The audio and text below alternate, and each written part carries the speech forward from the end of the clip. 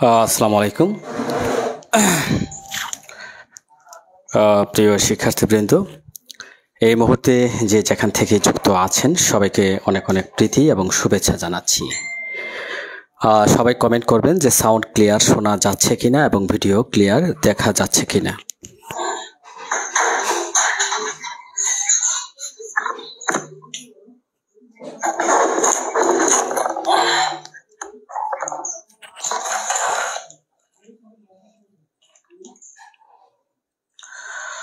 আসসালামু আলাইকুম প্রিয়, হ্যাঁ, ইতিমধ্যেই আমরা অনেকেই দেখতে পাচ্ছি যুক্ত হয়েছেন। রত্না নদী, শিউলি খান, রোজা রহমান সহ অনেকেই সালাম দিয়েছেন।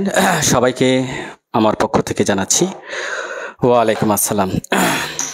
আমরা গতকাল পড়েছিলাম যে 1 থেকে 32 ধারা পর্যন্তই পড়েছিলাম। আমরা আবার শুরু করব যেখান থেকে শেষ করেছিলাম সেখান থেকেই। তবে শেষ করার পূর্বে আমি আপনাদেরকে প্রশ্ন করব, আপনারা উত্তর করবেন। প্রথম প্রশ্নটি হচ্ছে যে তৃতীয় শ্রেণীর ম্যাজিস্ট্রেটের যে দণ্ড প্রদানের ক্ষমতা আছে সেই দণ্ড প্রদানের ক্ষমতা তার আর্থিক এখতিয়ার কত? তিনি কত টাকা পর্যন্ত অর্থদণ্ড প্রদান করতে পারেন? তৃতীয় শ্রেণীর ম্যাজিস্ট্রেট কত টাকা পর্যন্ত অর্থদণ্ড প্রদান করতে পারেন? প্রথম প্রশ্ন হচ্ছে যে তৃতীয় শ্রেণীর ম্যাজিস্ট্রেট কত টাকা পর্যন্ত অর্থদণ্ড প্রদান করতে পারেন? সবাই কমেন্ট করবেন। আরেকটা কথা বলি, কিছু কথা বলি। আমি যে আপনাদেরকে দিক নির্দেশনা দিয়েছি যে প্রত্যেক দিন কমপক্ষে 4 ঘন্টা করে পড়তে হবে। 3 মাসের যে একটা জার্নি আমাদের, এই 3 মাসের যে প্রস্তুতি, আপনাকে কঠিন যুদ্ধে জয়লাভ করতে হলে এই 3 মাস আপনাকে কঠোর পরিশ্রম করতে হবে।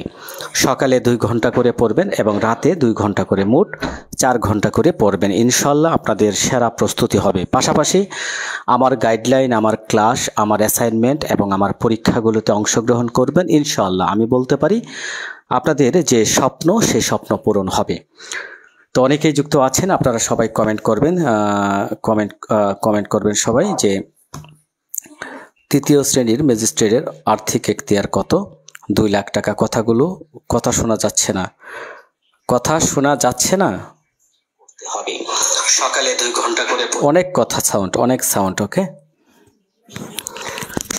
অনেক সাউন্ড আমি দেখতে পাচ্ছি।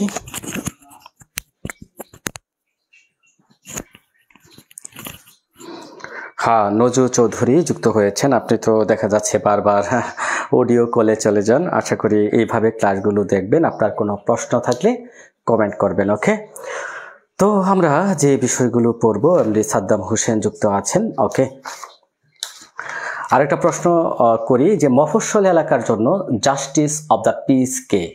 মফস্বল এলাকার জন্য জাস্টিস অব দ্য পিস কে নিযুক্ত হবেন? কমেন্ট করবেন।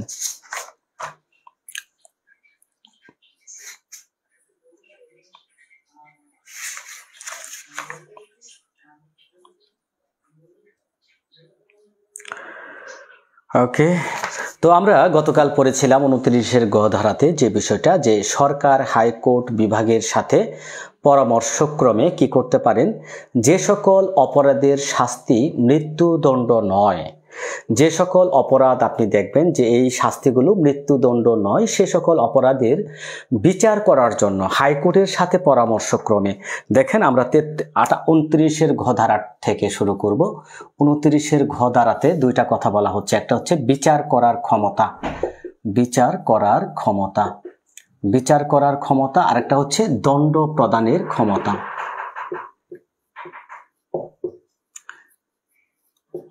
এখানে দুইটা বিষয় আপনাকে খেয়াল রাখতে হবে।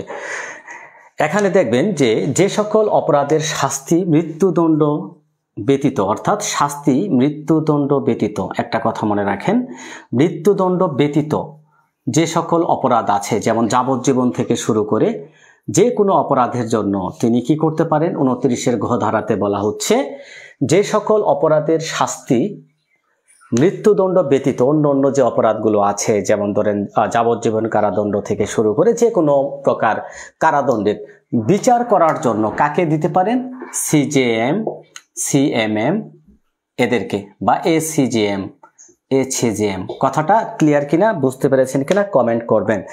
যে সরকার হাইকোর্ট বিভাগের সাথে পরামর্শক্রমে যে সকল অপরাধের শাস্তি মৃত্যুদণ্ড ব্যতীত অন্য যে কোনো অপরাধের শাস্তি, অর্থাৎ মৃত্যুদণ্ড ব্যতীত যে কোনো রকমের শাস্তি বিচার করার জন্য কাকে পাঠাতে পারেন, সিজেএম, সিজেএম, তারপরে হচ্ছে সিএমএম, এসিজেএম বা এসিজেএম, হ্যাঁ, এসিএমএম, এদেরকে নিয়োগ দিতে পারেন বিচার করার জন্য। কিন্তু তারা দেখা যাচ্ছে একটা শাস্তি যাবজ্জীবন দিতে পারেন না। যখন দেখবেন যে তারা এই শাস্তিটা দেখা যাচ্ছে যাবজ্জীবন দিতে হবে, তখন তারা কি করবেন, এই মামলাটা প্রেরণ করে দিবেন কোথায়,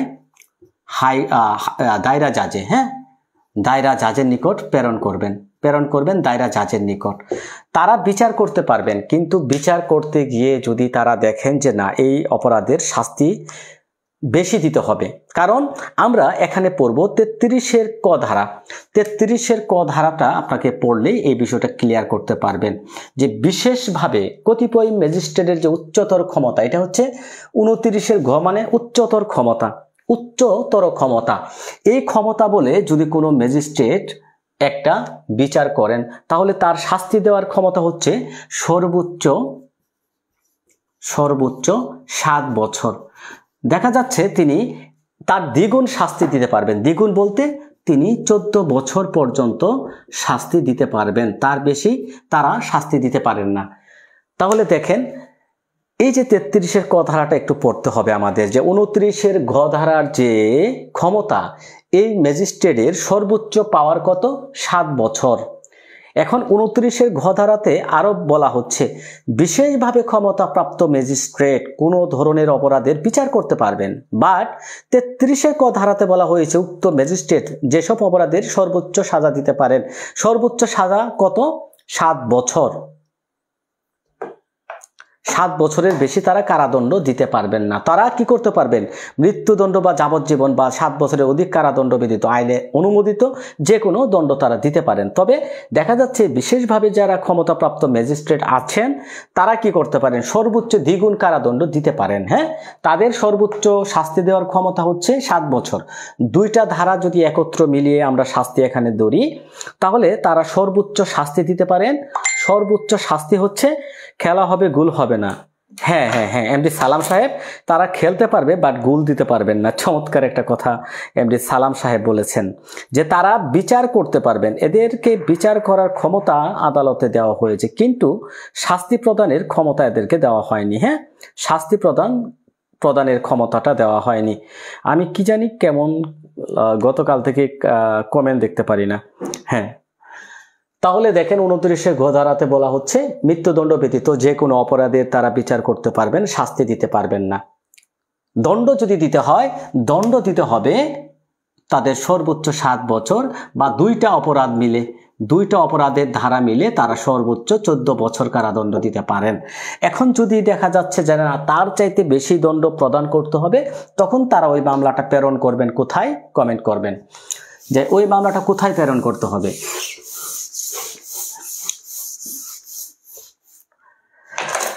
এমডি অনেকেই যুক্ত আছেন। হ্যাঁ, এই মামলাটা তখন কোথায় প্রেরণ করবেন?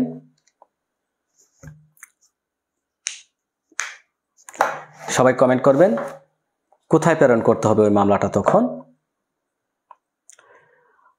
জয়নাল আবেদিন, আমিও সিজিএম। ওকে ওকে, আমরা 33 ধারাটা পড়ব। 32 ধারাটা আমরা পড়েছি গতকাল, যে 32 ধারাতে বলা হচ্ছে যে আমরা সংশোধনী বা অ্যামেন্ডমেন্ট অনুযায়ী প্রথম, দ্বিতীয়, তৃতীয় প্রত্যেকেরই কিন্তু অর্থদণ্ড বৃদ্ধি করা হয়েছে।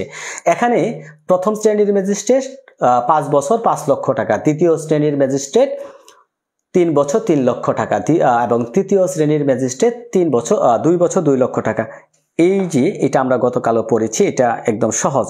দায়রা জাজের নিকট প্রেরণ করবেন। হাসনা হেনা হাসি, চমৎকার, বুঝতে পেরেছেন। দেখেন, জরিমানা অনাদায়ে ম্যাজিস্ট্রেটগণের দণ্ড প্রদানের ক্ষমতা।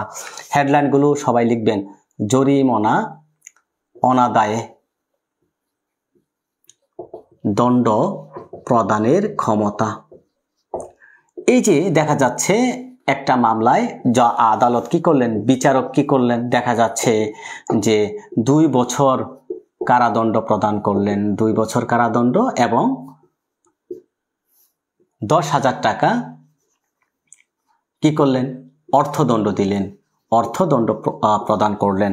এখন এই যে অর্থদণ্ড, দেখেন আমরা যারা কোর্ট প্র্যাকটিস করি, আপনারা যারা কোর্ট প্র্যাকটিস করেন এই বিষয়টা অবগত যে 2 বছর কারাদণ্ড এবং 10,000 টাকা অর্থদণ্ড অনাদায়ে আরো 3 মাসের বিনাশ্রম বা সশ্রম কারাদণ্ড, তবে বিনাশ্রম দিয়ে থাকেন অর্থদণ্ডের ক্ষেত্রে।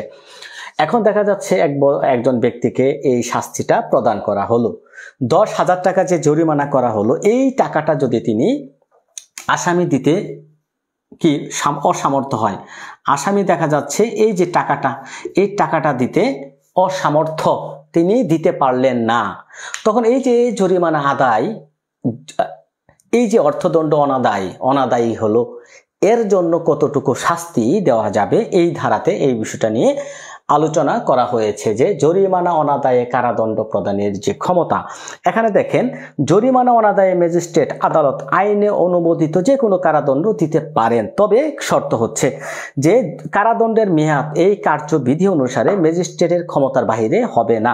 তবে একটা কথা সবচেয়ে গুরুত্বপূর্ণ, যে অনাদায়ে যে কারাদণ্ড দেওয়া হবে তার মেয়াদ ম্যাজিস্ট্রেটের উক্ত অপরাধের জন্য জরিমানা অনাদায়ে কারাদণ্ড হিসেবে ছাড়া অন্যভাবে যে দণ্ড দিতে পারেন তার 1/4। অর্থাৎ এখানে বিচারক যে কারাদণ্ডটা এই অপরাধের, যে অপরাধের বিচার হচ্ছে, যে অপরাধের বিচারটা করা হচ্ছে, এই যে অপরাধের একটা বিচার করা হচ্ছে, এই অপরাধের বিচার করতে গিয়ে ওই অপরাধের শাস্তি কতটুকু দেওয়া যাইতো, এই শাস্তি কতটুকু, এই শাস্তির 4 ভাগের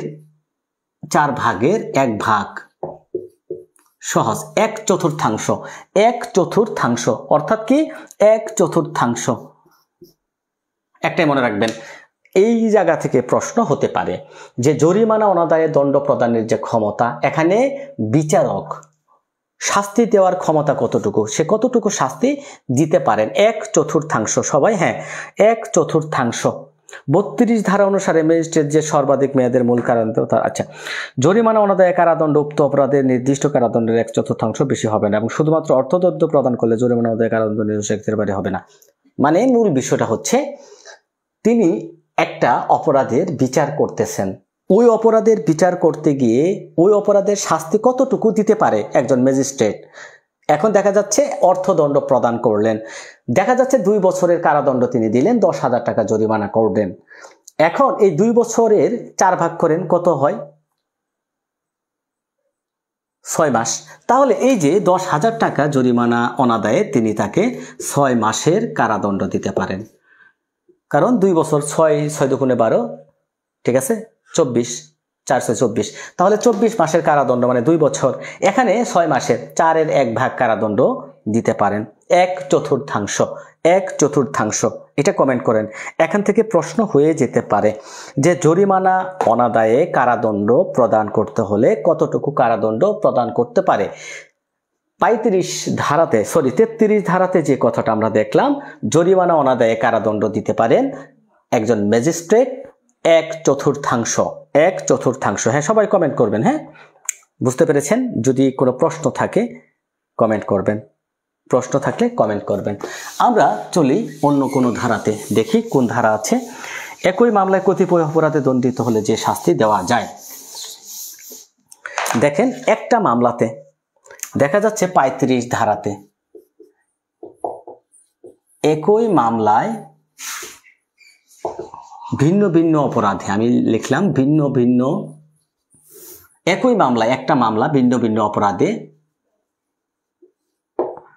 দেখা যাচ্ছে কি লিখছে,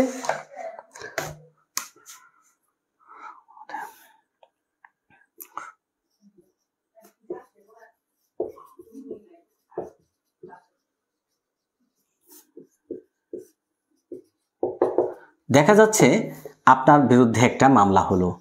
এই যে একটা মামলা, এই মামলাতে দেখা যাচ্ছে অনেকগুলো ধারা, ধরেন 323, 307, 354, ঠিক আছে, 427 ইত্যাদি ভিন্ন ভিন্ন ধারা। একটা মামলা আপনার বিরুদ্ধে হয়েছে অনেকগুলো ধারা নিয়ে। এখন দেখা যাচ্ছে অনেকগুলো ধারা নিয়ে যখন মামলাটা হবে তখন কতটুকু শাস্তি দেওয়া যাবে, এই বিষয়টি হচ্ছে এই জায়গায়। একই মামলায় যখন ভিন্ন ভিন্ন অপরাধে দণ্ডিত হয় তখন তাদের শাস্তিটা কতটুকু, এইরূপ শাস্তিটা হচ্ছে একজন ম্যাজিস্ট্রেট তার যে ক্ষমতা, তার ক্ষমতার দ্বিগুণের বেশি শাস্তি দিতে পারবেন না। ধরি একজন ম্যাজিস্ট্রেট, আমরা চিফ জুডিশিয়াল দেখলাম, সিজিএম দেখলাম 7 বছর, তাহলে 7 বছর তিনি 2 গুণ, 7 পূরণ 2 = 14 বছরের বেশি শাস্তি দিতে পারেন না, ঠিক আছে। এখন দেখা যাচ্ছে একজন প্রথম শ্রেণীর ম্যাজিস্ট্রেট তিনি শাস্তি দিতে পারেন, আমরা দেখলাম 5 বছর, তাহলে দ্বিগুণ আরো 5, যোগ 2 5, তাহলে তিনি 10 বছরের ঊর্ধ্বে শাস্তি দিতে পারেন না।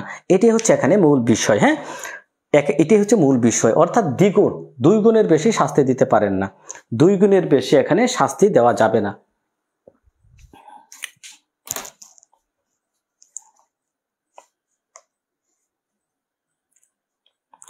বুঝতে পেরেছেন? জরিমানা অনাদায়ে 1/4। তাহলে একই অপরাধে ভিন্ন ভিন্ন অপরাধে যদি কোনো ম্যাজিস্ট্রেট একজন অপরাধীকে শাস্তি দিতে চান তাহলে ওই শাস্তির দ্বিগুণ শাস্তি দিতে পারবেন। তিনি যে ক্ষমতাটা প্রয়োগ করতে পারেন সেই ক্ষমতার দ্বিগুণ, এটাই হচ্ছে মূল বিষয়। হ্যাঁ, এটাই হচ্ছে মূল বিষয়। তবে আদালত কিছু না বললে একাধিক শাস্তির প্রতিটি শাস্তি একটির পর একটি চলতে থাকবে। আদালতেরও একসাথে আদেশ দিতে পারেন। আদালত যদি ইচ্ছা করেন যে দেখা যাচ্ছে এক ধারাতে 7 বছর, আরেকটা ধারাতে 7 বছর, দুইটা একসাথে চললে 7 বছরেই শেষ। আবার দেখা যাচ্ছে আদালত বললেন যে এটা 7 বছর শেষ হওয়ার পরে আরেকটা অপরাধের জন্য তাকে 7 বছর কারাদণ্ড ভোগ করতে হবে, তাহলে তিনি সর্বোচ্চ 14 বছর, এর বেশি দিতে পারেন না। ওকে, আমরা দেখব পরবর্তী 35-এর ক ধারাটা খুবই গুরুত্বপূর্ণ। 35-এর ক ধারাটা খুবই গুরুত্বপূর্ণ। এটা রিটেন প্রশ্ন হয়, এখানে রিটেন প্রশ্ন হয়, রিটেন প্রশ্ন হতে পারে এখান থেকে, ভাইভাতেও প্রশ্ন হতে পারে এখান থেকে। 4-এর 1 জরিমানা অনাদায়। আপনারা কি বুঝতে পেরেছেন 35 ধারাটা? না বুঝতে পারলে একটু কমেন্ট করবেন। দণ্ডপ্রাপ্ত ব্যক্তি জেল হাজতে থাকলে, দণ্ডপ্রাপ্ত ব্যক্তি জেল হাজতে থাকলে সেক্ষেত্রে কারাদণ্ডের মেয়াদ বাদ দিতে হবে।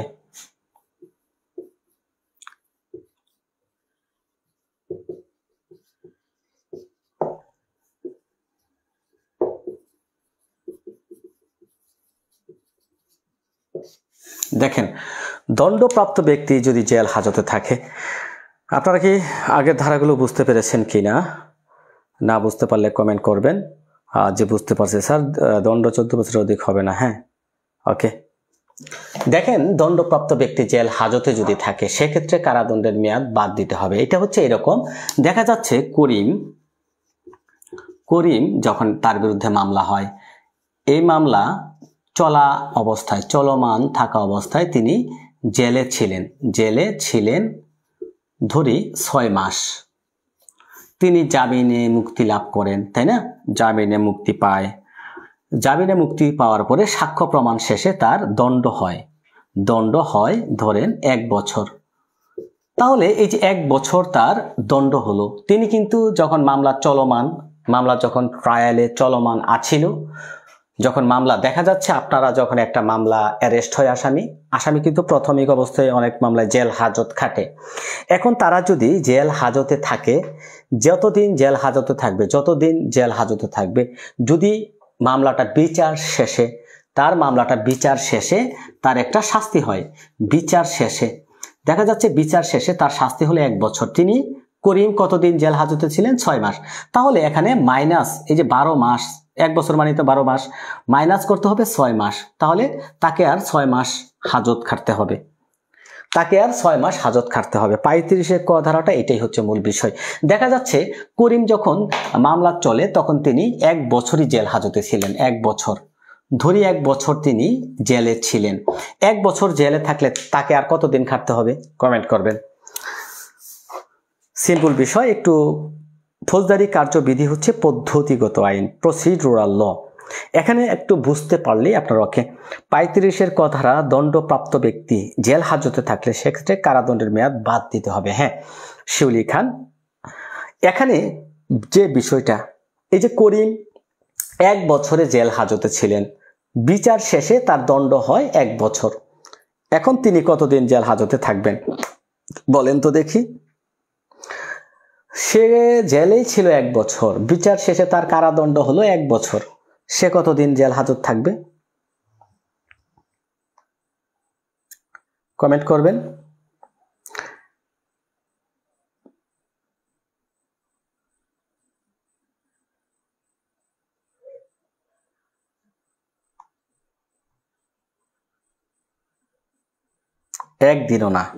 একদিনও থাকবে না, কারণ তার যে দণ্ড এটা কিন্তু তিনি অলরেডি খেটে ফেলেছেন, জেল হাজত তিনি খেটেই ফেলেছেন। তাহলে তিনি একদিনও থাকবেন না। এখন আরেকটা চমৎকার ধরি, তার সাজা হয়েছে 1 বছর, তিনি 1 বছর 6 মাস খাটছে। এখন কি হবে? তিনি তো বেশি খাটছেন, এখন কি হবে? করিম দেখা যাচ্ছে জেলে ছিলেন 1 বছর 6 মাস, দেখা যাচ্ছে বিচার শেষে তার দণ্ড হলো 1 বছর। তাহলে তিনি কিন্তু 6 মাস বেশি খাটলো, তাই না? এই যে 6 মাস, তিনি যে এই 6 মাস বেশি খাটলেন, তার জন্য কি হবে? তার যদি অর্থদণ্ড থাকে, অর্থদণ্ড কি হবে? মওকুফ হয়ে যাবে। এই যে বেশি খাটার জন্য তার যে অর্থদণ্ড ছিল সেটা মওকুফ হয়ে যাবে। কথা ক্লিয়ার? মূল কথা হচ্ছে 35 ক ধারাতে বলা হচ্ছে, একজন ব্যক্তি একটা মামলা হওয়ার পরে তিনি যদি জেল হাজত খাটেন, বিচার শেষে তার যে দণ্ডটা হবে ওই দণ্ড থেকে পূর্বের যে হাজতবাস সেই দিনগুলো বাদ দিতে হবে। সিম্পল বিষয়। একটা প্রশ্ন এখান থেকে গত বছরে করা হয়েছিল, 2017 সালে করা হয়েছিল একটা প্রশ্ন। বিচার চলাকালীন সময় আসামি হাজতে থাকলে এবং বিচারে দণ্ডপ্রাপ্ত হলে তার উক্ত হাজতবাসের মেয়াদ বাদ দেওয়া হবে না যদি সে চমৎকার একটা প্রশ্ন। এখন কখন বাদ যাবে না? দেখা যাচ্ছে কখন বাদ দিতে হবে না, তার যদি যাবজ্জীবন কারাদণ্ড হয়। যাবজ্জীবন কারাদণ্ড হলে কি বাদ দেওয়া যাবে? যাবজ্জীবন কারাদণ্ড হলে পূর্বের হাজতবাস বাদ দেওয়ার সুযোগ নাই, বাদ দেওয়া যাবে না। এটাও একটু মাথায় রাখবেন। যাবজ্জীবন যদি কারাদণ্ড হয় তাহলে তার পূর্বের হাজতবাস বাদ দেওয়া যাবে না, এবং মৃত্যুদণ্ড হলে তার কি আরো কি সুযোগ আছে, মৃত্যুদণ্ড হলেও বাদ দেওয়া যাবে না। এই দুইটা মনে রাখবেন। হ্যাঁ, চলুন আমরা পরবর্তী বিষয়গুলো দেখে নিই, দেখি কি বলা আছে আমাদের জন্য। হ্যাঁ, নাজমা আক্তার, অর্থদণ্ড মওকুফ হয়ে যাবে। হ্যাঁ, অর্থদণ্ড মওকুফ হয়ে যাবে। আমরা এখানে যে বিষয়গুলো পড়ব, জনগণ, এগুলো দরকার নাই, এগুলো দরকার নাই। আমরা দেখি কোনগুলো গুরুত্বপূর্ণ। 46 ধারাতে আমরা চলে যাব সবাই। কিভাবে গ্রেফতার করতে হয়? 46 ধারা।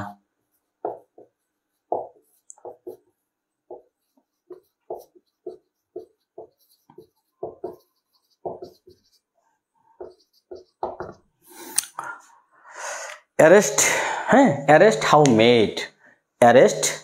মেড, কিভাবে গ্রেপ্তার করতে হয়, গ্রেপ্তারের যে নিয়ম বিধি বিধান, এই সংক্রান্ত বিষয় নিয়ে কিন্তু আমরা এখানে আলোচনা করব। তবে আমরা এখানে যে বিষয়টা খেয়াল করবেন, এই ধারাটুকু কিন্তু একটু সংশোধনী আনা হয়েছে।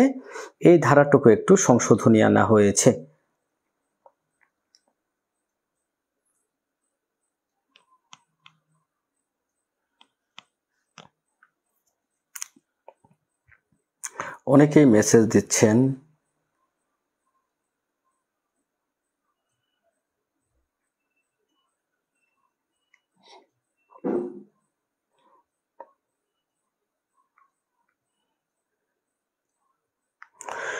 দেখেন কিভাবে গ্রেপ্তার করা যায়, আমি একটু সংশোধনীটা একটু দেখে নিই। দেখেন আমরা কিভাবে গ্রেপ্তার করা যায়। এখানে 46-এর এ ধারা, 46-এর এ থেকে ই ধারা পর্যন্ত,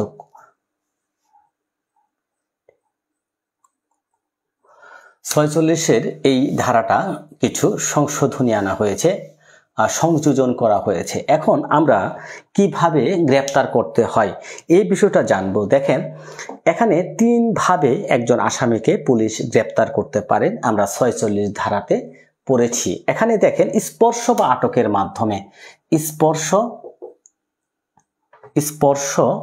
বা আটকের মাধ্যমে, আরেকটা হচ্ছে গ্রেপ্তারের চেষ্টায় বাধা দিলে,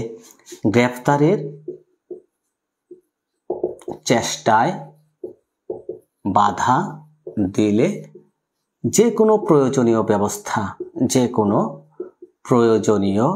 ব্যবস্থা গ্রহণ করা যাবে।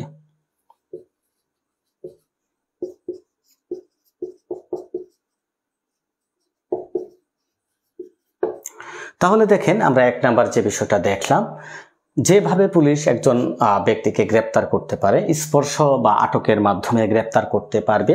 গ্রেপ্তারের চেষ্টায় যদি বাধা প্রদান করে, তখন তার যে প্রয়োজনীয় ব্যবস্থা, যে কোনো ব্যবস্থা তিনি নিতে পারেন। এখানে দেখেন মৃত্যুদণ্ড বা যাবজ্জীবন কারাদণ্ডের যদি অপরাধী অভিযুক্ত হয়, তখন তাকে মৃত্যু ঘটানো যাবে। দেখা যাচ্ছে যে অপরাধীকে, আসামিকে পুলিশ অ্যারেস্ট করতে যাচ্ছেন, সে মৃত্যুদণ্ডপ্রাপ্ত একজন আসামি, মৃত্যুদণ্ডপ্রাপ্ত অভিযোগ তার বিরুদ্ধে, অথবা যাবজ্জীবন কারাদণ্ড। এখন এইরূপ কোনো অপরাধীকে গ্রেপ্তার করার সময়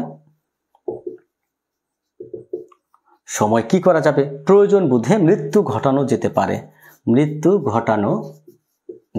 পারে। তাহলে দেখেন যে কিভাবে অ্যারেস্ট করতে পারবে, পুলিশ কিভাবে গ্রেপ্তার করতে পারবে। স্পর্শ বা আটকের মাধ্যমে গ্রেপ্তারের চেষ্টায় যদি বাধা প্রদান করে, যে কোনো প্রয়োজনীয় ব্যবস্থা গ্রহণ করা যাবে। মৃত্যুদণ্ড বা যাবজ্জীবন কারাদণ্ড প্রাপ্ত কোনো আসামিকে গ্রেপ্তার করার সময় প্রয়োজনে তার মৃত্যু পর্যন্ত ঘটানো যেতে পারে। এই 3 ভাবে কিন্তু একজন ব্যক্তিকে গ্রেপ্তার করা যায়। তবে প্রশ্ন এখানে থেকেও না হওয়ার সম্ভাবনা আছে।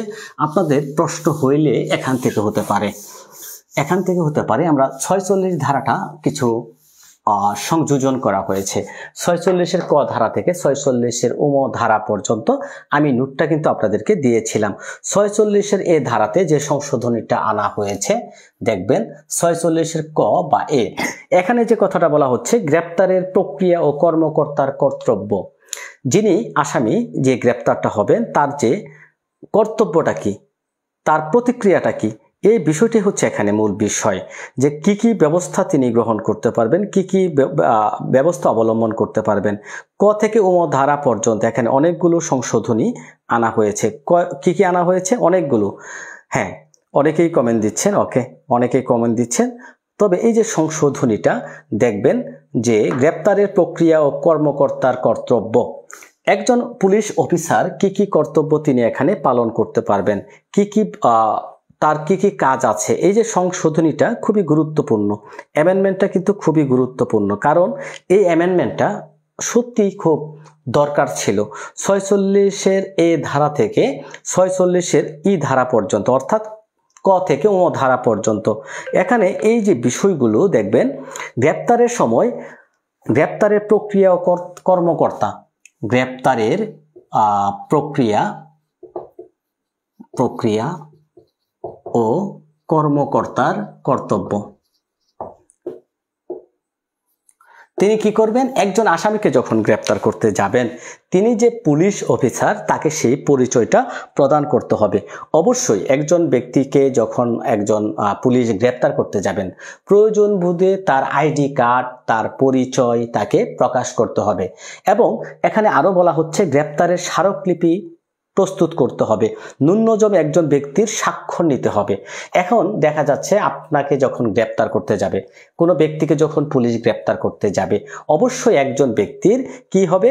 স্মারকলিপিতে স্বাক্ষর থাকতে হবে। এখন দেখা যাচ্ছে কোনো ব্যক্তি নাই, একজন আসামিকে যখন পুলিশ গ্রেপ্তার করতে গেল, আশেপাশে কোনো ব্যক্তি নাই, তখন কি হবে? তখন বলা হচ্ছে অবশ্যই তার কারণ লিপিবদ্ধ করতে হবে। কোথায়? স্মারকলিপিতে। এবং তার যে পরিবার আছে, আত্মীয় স্বজন, হ্যাঁ, মূল বিষয় হচ্ছে আমরা দেখি তাকে পরিচয় দিতে হবে, হ্যাঁ, দিতে হবে। একজন সাক্ষী লাগবে, একজন সাক্ষীর উপস্থিতিতে স্বাক্ষর লাগবে স্মারকলিপিতে, হ্যাঁ। এবং কি বলা হচ্ছে দেখেন, এখানে যে বিষয়টা খুবই গুরুত্বপূর্ণ,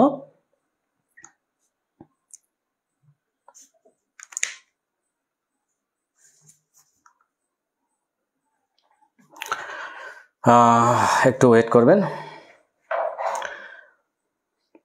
তার যে পরিবার আত্মীয় স্বজন আছেন, সবচেয়ে গুরুত্বপূর্ণ, তার পরিবার আত্মীয় স্বজন, এই যে পরিবার আত্মীয় স্বজন, তাদেরকে কি করতে হবে?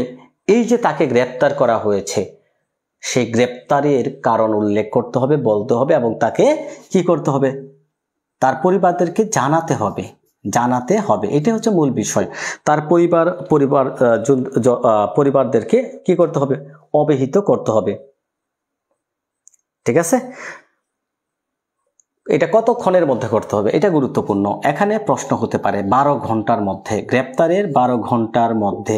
এই যে সংশোধনীটা খুবই গুরুত্বপূর্ণ, কারণ আমরা অতীতে দেখেছি যে একজন ব্যক্তিকে পুলিশ পরিচয় দিয়ে পুলিশে ধরে নিয়ে গুম করে রাখতো। কোথায় রাখতো? আয়না ঘরে রাখতো।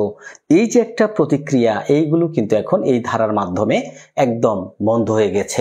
এখন দেখেন, একজন ব্যক্তিকে যখন গ্রেপ্তার করবে, অবশ্যই গ্রেপ্তার করতে গিয়ে আইডি কার্ড, পরিচয় জানতে চাইলে দেখাতে হবে। তার একজন সাক্ষী উপস্থিতিতে স্বাক্ষর লাগবে, স্মারকলিপি লাগবে। তার যে পরিবার আত্মীয় স্বজন আছে, তাদেরকে 12 ঘন্টার মধ্যে গ্রেপ্তার করার কারণ জানাতে হবে। কোথায় রাখা হয়েছে সেই বিষয়টাও বলতে হবে, যে কোন থানার এরিয়ার মধ্যে তাকে গ্রেপ্তার করা হয়েছে, কোথায় গ্রেপ্তার করা হয়েছে, এই বিষয়টাও জানাতে হবে। 46-এর ক ধারাটা সংযোজন করা হয়েছে। এই যে এই বিষয়গুলো, এটা কিন্তু বাধ্যতামূলক। দেখেন, সংশোধনীটা খুবই গুরুত্বপূর্ণ। আরেকবার পড়ে নেবেন, আমার নোট থেকে কিন্তু আমি আরো চমৎকার ভাবে লিখেছি যে গ্রেপ্তারের প্রক্রিয়া ও কর্মকর্তার যে কর্তব্য, পরিচয় দিতে হবে, একজন সাক্ষীর উপস্থিতিতে স্মারকলিপি লিখতে হবে, সেখানে স্বাক্ষর নিতে হবে। তার যে পরিবার আত্মীয় স্বজন যারা আছে, তাদেরকে গ্রেপ্তারের পরবর্তী 12 ঘন্টার মধ্যে তাদেরকে কি করতে হবে? জানাতে হবে, অবহিত করতে হবে। এটা কিন্তু বাধ্যতামূলক। এটা কি? বাধ্যতামূলক। ঠিক আছে? এবং আরেকটা কথা এখানে বলা হচ্ছে, দেখেন, তার শারীরিক অবস্থা কোনো সমস্যা হলে তাকে চিকিৎসা করতে হবে। তার আইনজীবীর সাথে পরামর্শ করার সুযোগ দিতে হবে, আইনজীবীর সাথে পরামর্শের সুযোগও তাকে দিতে হবে। হ্যাঁ, তাকে দিতে হবে। ক্লিয়ার? খুবই গুরুত্বপূর্ণ। দেখেন 46-এর এই ধারাটা, 46-এর ক, গ্রেপ্তারের যে প্রক্রিয়া কর্মকর্তা, এই ধারাটা কিন্তু সংশোধনীর মাধ্যমে নতুনভাবে আনা হয়। যে যিনি গ্রেপ্তার করতে যাবেন তার পরিচয় জানাবেন, একজন সাক্ষীর উপস্থিতিতে স্মারকলিপি প্রস্তুত করতে হবে, তার যে পরিবার আত্মীয় স্বজন আছে তাদেরকে গ্রেপ্তারের পরবর্তী 12 ঘন্টার মধ্যে জানাতে হবে, এটা বাধ্যতামূলক।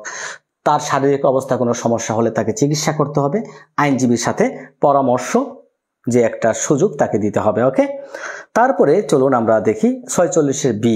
46-এর বি, এখানে যে কি বিষয়টা বলা হচ্ছে, 46-এর বিতে কি বলা হচ্ছে আমরা চলুন দেখে নিই।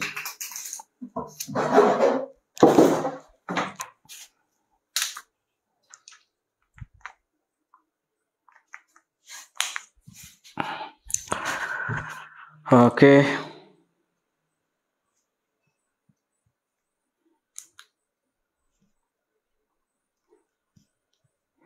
46-এর বি, হ্যাঁ আমি এটি মুছে দিলাম, এটা গুরুত্বপূর্ণ, একটু সময় নিয়ে পড়াই। 46-এর বিতে দেখেন গ্রেপ্তার লিপিবদ্ধ তথ্য প্রদান, ওই যে আগের কারণগুলোই 46-এর বিতে যে কথাটা বলা হচ্ছে, এখানে গ্রেপ্তারের কারণটা কি, কেন তাকে গ্রেপ্তার করা হলো, গ্রেপ্তারের লিপিবদ্ধকরণ, গ্রেপ্তার কারণটা লিপিবদ্ধ তথ্য প্রদান সরকারি রেজিস্টারে লিপিবদ্ধ করতে হবে। এই যে একজন ব্যক্তিকে যখন গ্রেফতার করা হবে, গ্রেফতারের পর একটা সরকারি রেজিস্টার থাকবে, সরকারি রেজিস্টারে কি করতে হবে, রেজিস্টারে লিপিবদ্ধ করতে হবে, লিপিবদ্ধ। এখানে এই ধারাটা খুবই ইম্পর্টেন্ট। এখানে দেখেন গ্রেপ্তারের কারণটা কি, কেন তাকে গ্রেপ্তার করা হলো, এই বিষয়টা লিখতে হবে। কি এখানে রেজিস্টারে কি করতে হবে, এখানে গ্রেপ্তারের কারণটা লিপিবদ্ধ করতে হবে, গ্রেপ্তারের কারণ, এখানে গ্রেপ্তারের কারণ লিপি করতে হবে কোথায়, এই যে রেজিস্ট্রারে। এখানে কি করতে হবে, অভিযোগকারীর বা তথ্য প্রদানকারীর নাম ঠিকানা, যিনি অভিযোগকারীর নাম ঠিকানা লিপিবদ্ধ করতে হবে। এবং এই যে রেজিস্টার, এই রেজিস্টারে কি করতে হবে, গ্রেপ্তারকৃত ব্যক্তি আত্মীয় স্বজনের নামও লিখতে হবে, যিনি গ্রেপ্তার হলেন, গ্রেপ্তারকৃত ব্যক্তির আত্মীয় স্বজন, তাদের নাম ঠিকানা মোবাইল নাম্বার সহ লিখতে হবে। একটা রেজিস্টার থাকবে, অর্থাৎ এই যে গ্রেপ্তারের পর কয়জন ব্যক্তিকে গ্রেপ্তার করা হলো, একটা লিপিবদ্ধ করার জন্য আলাদা একটা রেজিস্টার থাকবে প্রত্যেকটা থানা বা যেখানে তাকে গ্রেপ্তার করা হোক প্রত্যেকটা এরিয়ার থানাতে। এবং গ্রেপ্তারের কারণটা কি, কেন তাকে কোন মামলায় গ্রেপ্তার করা হলো সেই কারণটা লিপিবদ্ধ, এবং অভিযোগকারীর নাম, এই মামলা কে কার অভিযোগের ভিত্তিতে তাকে গ্রেপ্তার করা হয়েছে সেই রেজিস্টারে সেটাও লিপিবদ্ধ করতে হবে, এবং তার আত্মীয় স্বজন তাদের মোবাইল নাম্বার এখানে লিপিবদ্ধ করতে হবে। হ্যাঁ, এবং যে এই যে গ্রেপ্তারকৃত ব্যক্তি কোন থানার অধীনে আছে, কার হেফাজতে আছে, সেই ব্যক্তির নাম ঠিকানা লিখতে হবে। এই যে গ্রেপ্তারকৃত ব্যক্তি কার হেফাজতে আছে,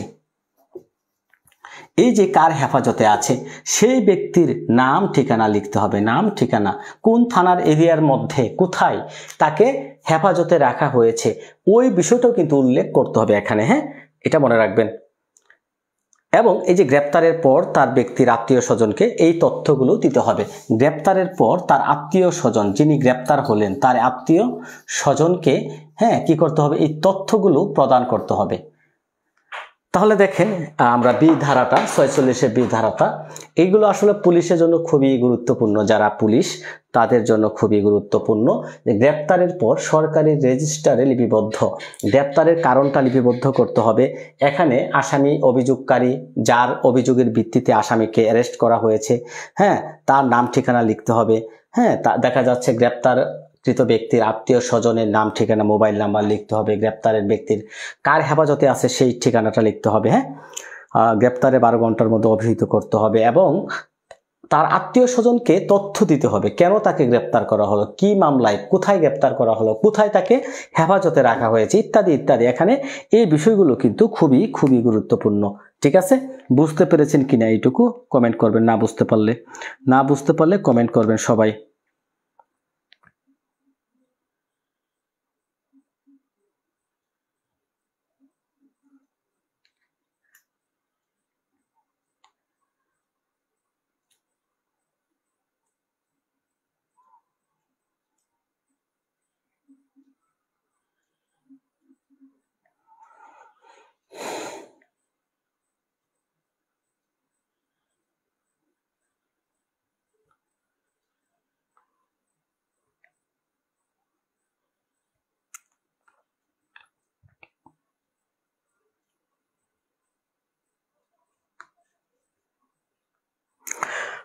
বুঝতে পেরেছেন কিনা কমেন্ট করবেন সবাই। কমেন্ট দেখতে পাচ্ছি না আমি কেন।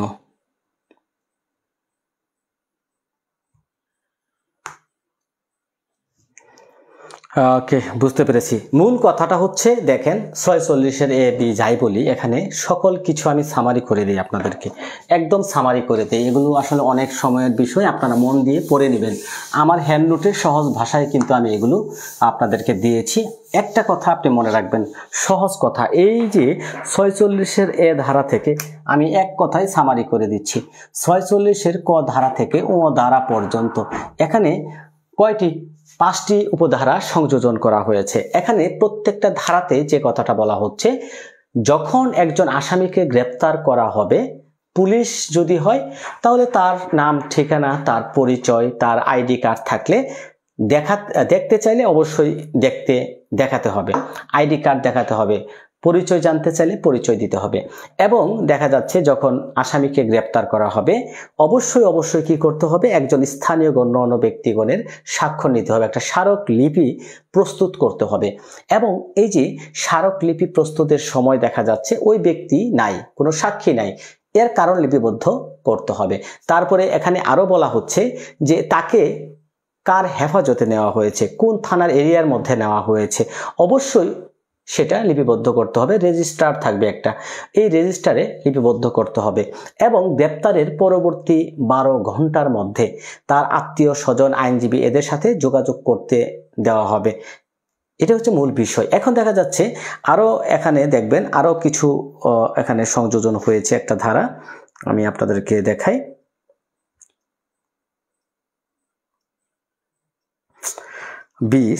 সি ধারাতে দেখেন, গ্রেপ্তার সংক্রান্ত তথ্য প্রদর্শনের জন্য মনোনীত পুলিশ কর্মকর্তা নিয়োগ দিতে হবে। একজন পুলিশ কর্মকর্তার কথা বলা হচ্ছে সি ধারাতে।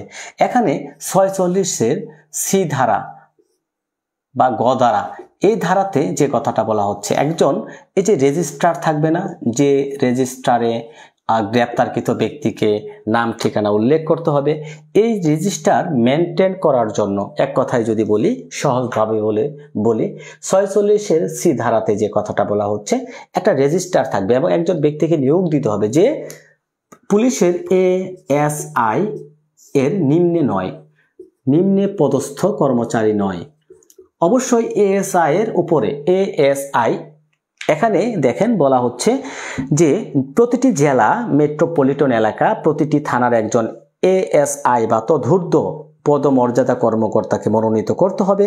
উক্ত কর্মকর্তার দায়িত্ব হচ্ছে গ্রেপ্তারকৃত ব্যক্তির নাম ঠিকানা সংরক্ষণ এবং গ্রেপ্তার অপরাধের বিবরণ সংরক্ষণ করা। এই যে একটা রেজিস্টার থাকবে, এই রেজিস্টারটা মেনটেন করার জন্য ASI এর নিম্নে পদস্থ কর্মচারী হবে না, কমপক্ষে ASI হবে। একজন ব্যক্তিকে নিয়োগ দিতে হবে। তার কাজ কি, যে ব্যক্তিকে গ্রেপ্তার করা হয়েছে সেই ব্যক্তির নাম ঠিকানা লিপিবদ্ধ করবে, গ্রেপ্তারের কারণ, মানে ওই রেজিস্টারে যা যা লিপিবদ্ধ করার দরকার তাই করা হবে। ASI এর নিম্নে পদস্থ ব্যক্তি নয়, তাকে নিয়োগ দিতে হবে। এখান থেকে প্রশ্ন হতে পারে 46-এর ডি ধারাতে যে কথাটা বলা হচ্ছে, গ্রেপ্তারকৃত ব্যক্তির স্বাস্থ্য ও নিরাপত্তা, চমৎকার একটা, এখানে এই ধারাটা খুবই গুরুত্বপূর্ণ। 46-এর ডি বা ঘ, এখানে যে কথাটা বলা হচ্ছে, এই যে গ্রেপ্তারকৃত ব্যক্তির স্বাস্থ্য পরীক্ষা এবং নিরাপত্তা দিতে হবে। গ্রেপ্তারকৃত ব্যক্তির স্বাস্থ্য পরীক্ষা করতে হবে এবং তাকে নিরাপত্তার জন্য কি কি ব্যবস্থা আছে এই ধারাতে বলা হচ্ছে। 46-এর ডি ধারাতে যে কথাটা বলা হচ্ছে, হেফাজতে দায়িত্বপ্রাপ্ত কর্মকর্তার কর্তব্য গ্রেপ্তারকৃত ব্যক্তির স্বাস্থ্য ও নিরাপত্তা যথাযথ যত্ন গ্রহণ করা। অর্থাৎ একজন গ্রেপ্তারকৃত ব্যক্তিকে অবশ্যই তার স্বাস্থ্যের প্রতি খেয়াল রাখতে হবে। এখানে দেখেন, গ্রেপ্তারকৃত ব্যক্তি অসুস্থ বা আহত হলে তাকে কি করতে হবে?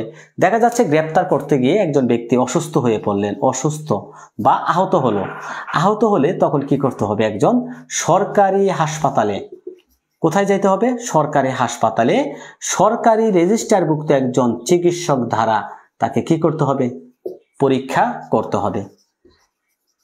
দেখেন খুবই গুরুত্বপূর্ণ এই 46 ধারাটা, খুবই একজন মানুষের নিরাপত্তার জন্য খুবই গুরুত্বপূর্ণ। কারণ গ্রেপ্তারকৃত ব্যক্তি অসুস্থ বা আহত হলে সরকারি হাসপাতালের চিকিৎসক দ্বারা পরীক্ষা ও প্রাথমিক চিকিৎসা করাতে হবে।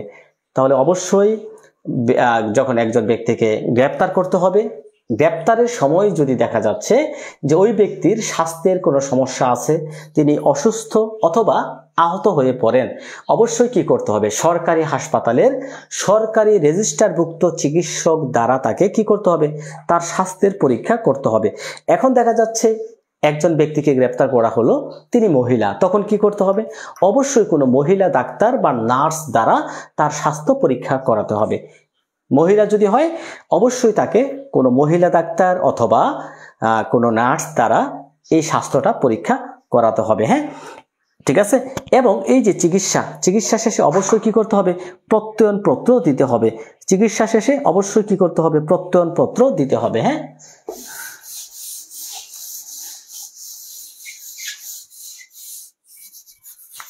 চিকিৎসা শেষে অবশ্যই প্রত্যয়নপত্র ব্যবস্থা করতে হবে। হ্যাঁ,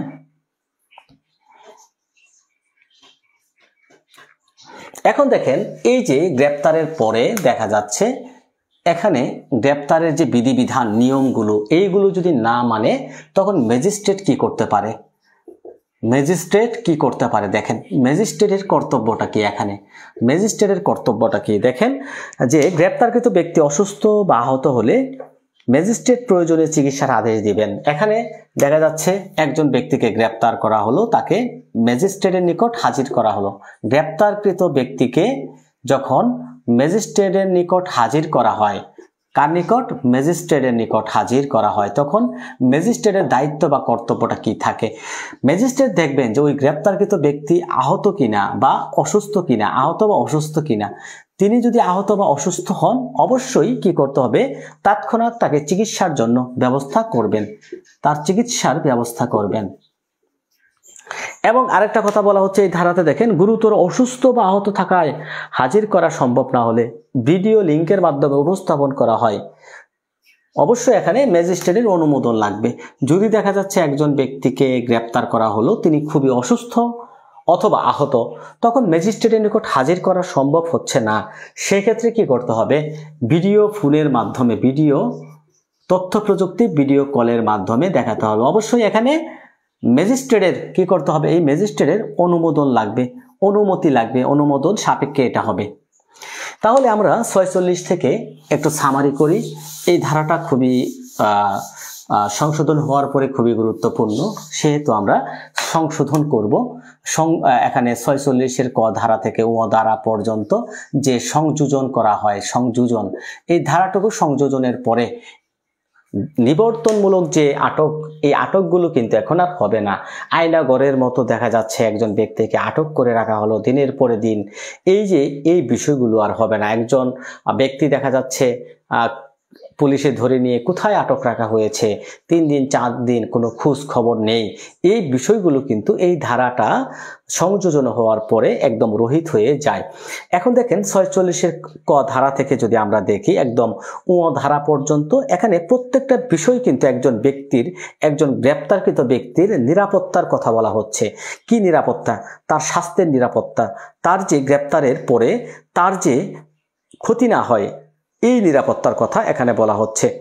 কোন ধারায়, হ্যাঁ এটা আই ধারা, হ্যাঁ উম ধারা, হ্যাঁ 46-এর এইগুলো ভেঙে ভেঙে প্রশ্ন হবে না, মূল কথাটা আপনারা জেনে রাখেন, এই কঠিন প্রশ্ন আপনাদেরকে হবে না। এগুলো মূলত পুলিশের জন্য প্রযোজ্য, এখান থেকে আপনাদের প্রশ্ন না হওয়ার সম্ভাবনাও বেশি, তবে যদি হয় এগুলো বর্ডে রাখেন। 46-এর ক ধারা থেকে ও ধারা পর্যন্ত যখন গ্রেপ্তার করতে যাবে একজন পুলিশ হোক বা যে ব্যক্তি হোক, তার পরিচয় জানতে হবে, সাক্ষীর উপস্থিতিতে গ্রেপ্তার করতে হবে, স্মারকলিপি নিতে হবে। এবং এখানে মূল কথা হচ্ছে গ্রেপ্তারের 12 ঘন্টার মধ্যে তার আত্মীয় স্বজন, আইনজীবী, বন্ধু বান্ধবের সাথে যোগাযোগ করতে হবে, অবহিত করতে হবে, তার আত্মীয় স্বজনদেরকে জানাতে হবে যে হ্যাঁ করিমকে গ্রেপ্তার করে বাড্ডা থানায় রাখা হয়েছে, কোথায় রাখা হয়েছে সেখানেও রাখতে হবে। এখন দেখা যাচ্ছে গ্রেপ্তার করতে গিয়ে কোনো ব্যক্তি আহত বা অসুস্থ হয়ে পড়লেন, এখন তাকে কি করতে হবে, সরকারি রেজিস্টারভুক্ত সরকারি হাসপাতালে চিকিৎসা নিতে হবে। এই ব্যক্তিকে যখন গ্রেপ্তার করার পরে ম্যাজিস্ট্রেটের নিকট হাজির করা হয়, তখন ম্যাজিস্ট্রেট দেখবেন যে আসামি অসুস্থ কিনা, আহত কিনা। যদি আহত বা অসুস্থ হন, তিনি কি করবেন? তৎক্ষণাৎ তাকে হাসপাতালে পাঠাবেন, চিকিৎসা গ্রহণ করবেন। দেখা যাচ্ছে একজন ব্যক্তিকে হাসপাতালে নেওয়ার পরে দেখা যাচ্ছে যে এমন অসুস্থ, তাকে ম্যাজিস্ট্রেটের সামনে হাজির করা সম্ভব না, তখন ভিডিও কলের মাধ্যমে দেখাবেন। এটা ম্যাজিস্ট্রেট যদি অনুমতি দেন, অনুমোদন সাপেক্ষ হবেন। এই বিষয়গুলো হচ্ছে মূল বিষয়। অর্থাৎ মূল কথাটা হচ্ছে, গ্রেপ্তার করতে গেলে পরিচয় জানতে চাইলে জানতে দিতে হবে, গ্রেপ্তারের 12 ঘন্টার মধ্যে তার আত্মীয় স্বজনকে জানাতে হবে, শারীরিক কোনো সমস্যা হলে ডাক্তার দেখাতে হবে। 3টা কথাই মূল। এই যে ধারার মূল 3টা কথাই বলা হচ্ছে। কি কথা বলা হচ্ছে? 12 ঘন্টার মধ্যে তার আত্মীয় স্বজনকে, স্যার এটা কোন ধারায়, এটা কি বলেন? আমি 46 ধারা পড়াচ্ছি। হ্যাঁ, সরকারি হাসপাতালের সরকারি চিকিৎসক দ্বারা চিকিৎসা করাতে হবে। চিকিৎসা শেষে অবশ্যই প্রত্যয়নপত্র দিতে হবে। Very good. চিকিৎসা শেষে অবশ্যই এখানে কি করতে হবে? চিকিৎসা শেষে অবশ্যই প্রত্যয়নপত্র দিতে হবে। প্রত্যয়নপত্র, হ্যাঁ, প্রশ্ন হতে পারে, এগুলো থেকে প্রশ্ন হতে পারে। আশা করি আমার হ্যান্ডনোটটার যে সামারি অংশটুকু দিয়েছি, আপনারা একটু মনোযোগ দিয়ে পড়লেই এই বিষয়টা ক্লিয়ার হয়ে যাবে। মূল কথাই হচ্ছে এখানে 4টি। মূল কথায় 4টি। পরিচয় জানতে হবে, পরিচয় চাইলে পরিচয় দিতে হবে। কাকে? পুলিশকে। কোথায় রাখা হয়েছে, নাম ঠিকানা রেজিস্টারে অন্তর্ভুক্ত করতে হবে। তার আত্মীয় স্বজনকে 12 ঘন্টার মধ্যে জানাতে হবে, বাধ্যতামূলক। মূল বিষয় কিন্তু এটা। এবং তার শারীরিক অবস্থার অবনতি ঘটলে, আহত বা অসুস্থ হলে কি করতে হবে? বা তাকে সরকারি রেজিস্টারভুক্ত হাসপাতালে চিকিৎসা করাতে হবে, একটা প্রত্যয়নপত্র দিতে হবে। ঠিক আছে, মূল বিষয় হচ্ছে এগুলো। হ্যাঁ, আশা করি বুঝতে পেরেছেন। আমরা চলে যাচ্ছি পরবর্তী যে ধারাগুলো খুবই গুরুত্বপূর্ণ। আচ্ছা, গ্রেপ্তারের পরে দেখা যাচ্ছে আমরা এখান থেকে পড়ব 50 ধারাটা পড়বো। হ্যাঁ, এখান থেকে আর পড়বো না, 50 ধারা পড়বো, সব পড়া। আচ্ছা, 49 ধারাটা পড়ি। প্রয়োজনের অতিরিক্ত বাধা প্রদান করা যাবে না। No necessary restraint. পলায়ন প্রতিরোধে যতটুকু প্রতিরোধ করা দরকার, গ্রেপ্তার ব্যক্তির এর চেয়ে বেশি করা যাবে না। দেখা যাচ্ছে একজন চুরির মামলায়, এই যে 49 ধারাটা দেখেন, 49 ধারাতে আমরা সবাই চলে যাই। 49 ধারাতে চলে যাই। দেখা যাচ্ছে যতটুকু বাধা প্রদান, প্রয়োজনের অতিরিক্ত বাধা প্রদান করা যাবে না। এখানে বলা হচ্ছে প্রয়োজনের অতিরিক্ত বাধা প্রদান করা যাবে না। অর্থাৎ একজন ব্যক্তিকে যখন গ্রেপ্তার করা হবে, গ্রেপ্তার করতে গিয়ে তাকে গ্রেপ্তার করার জন্য যতটুকু বল প্রয়োগ করা উচিত ততটুকুই করতে হবে, এর বেশি করা যাবে না। কেননা এখানে দেখবেন 49 ধারাতে দেখা যাচ্ছে, ধরেন আপনার 379-এর একটা মামলা, চুরির মামলা। এই চুরির মামলার শাস্তি কত? সর্বোচ্চ শাস্তি হচ্ছে 3 বছর। এখন দেখা যাচ্ছে চুরির মামলার আসামি পলায়ন করতেছে, পুলিশে কি করলো? গুলি করলো। আর গুলি করলে দেখা যাচ্ছে সে মৃত্যুবরণ হতে পারে, মানে তিনি মারা যেতে পারে। এখন চুরির মামলার তার শাস্তি হচ্ছে 3 বছর। তাকে গ্রেপ্তার করতে গিয়ে যদি আপনি গুলি করে দেন, এটা কি হবে? এটা হবে না। এটাই বলা হচ্ছে যে প্রয়োজনের অতিরিক্ত বাধা প্রদান করা যাবে না। আপনি একটা চুরির মামলায় যখন আসামিকে গ্রেপ্তার করতে গেলেন, পলায়ন করতে গিয়ে পুলিশ গুলি করলো, তিনি মারা গেলেন, এখানে কি প্রয়োজনের বেশি হয়ে গেল না? তাই বলা হচ্ছে প্রয়োজনের অতিরিক্ত এখানে বাধা প্রদান করাও যাবে না। এবং গ্রেপ্তারকৃত ব্যক্তির দেহ তল্লাশির কথা বলা হচ্ছে 50 ধারাতে পড়লাম। 50 ধারা, এটা হচ্ছে প্রয়োজনের অতিরিক্ত বাধা প্রদানটা হচ্ছে 50 ধারা। হ্যাঁ, মিস্টেক। প্রয়োজনের অতিরিক্ত বাধা প্রদান করা যাবে না, 50 ধারা। 51 ধারাতে আমরা পড়ব গ্রেপ্তারকৃত ব্যক্তির দেহ তল্লাশি। 51 ধারাতে বলছে গ্রেপ্তারকৃত ব্যক্তির দেহ তল্লাশি।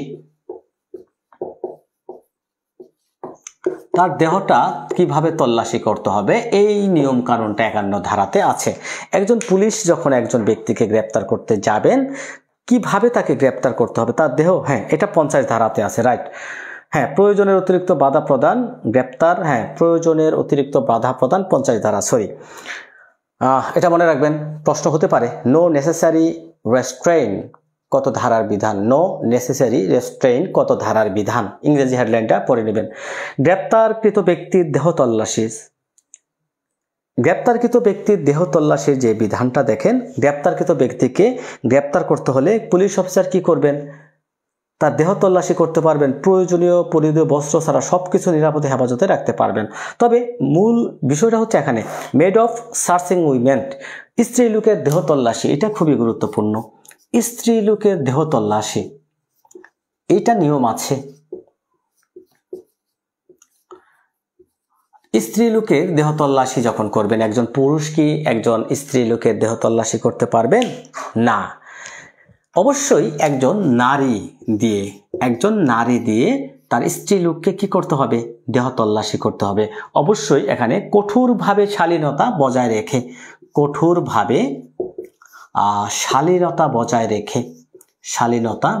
রেখে এই কথাটুকু মনে রাখবেন।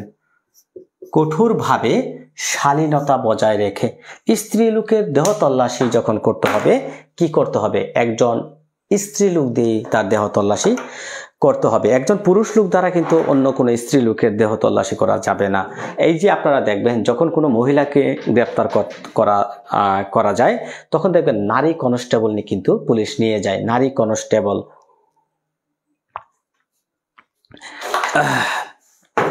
অবশ্যই মনে রাখবেন যে কোনো স্ত্রী লোকের দেহ তল্লাশি করতে হলে তার কঠোরভাবে অন্য কোনো নারী বা কোনো কনস্টেবল মহিলা দিয়ে কি করতে হবে? তার দেহটা তল্লাশি করতে হবে। হ্যাঁ, অপরাধজনক অস্ত্র জব্দ করার ক্ষমতা 53 ধারা, এটা মনে রাখবেন। অস্ত্র জব্দ করার ক্ষমতা 53 ধারা, এগুলো একটু হেডলাইন মনে রাখবেন, বেশি এখান থেকে মাথা ঘামানোর দরকার নাই। আমরা অনেক গুরুত্বপূর্ণ বিষয় আমরা কিন্তু সামনে পড়ব।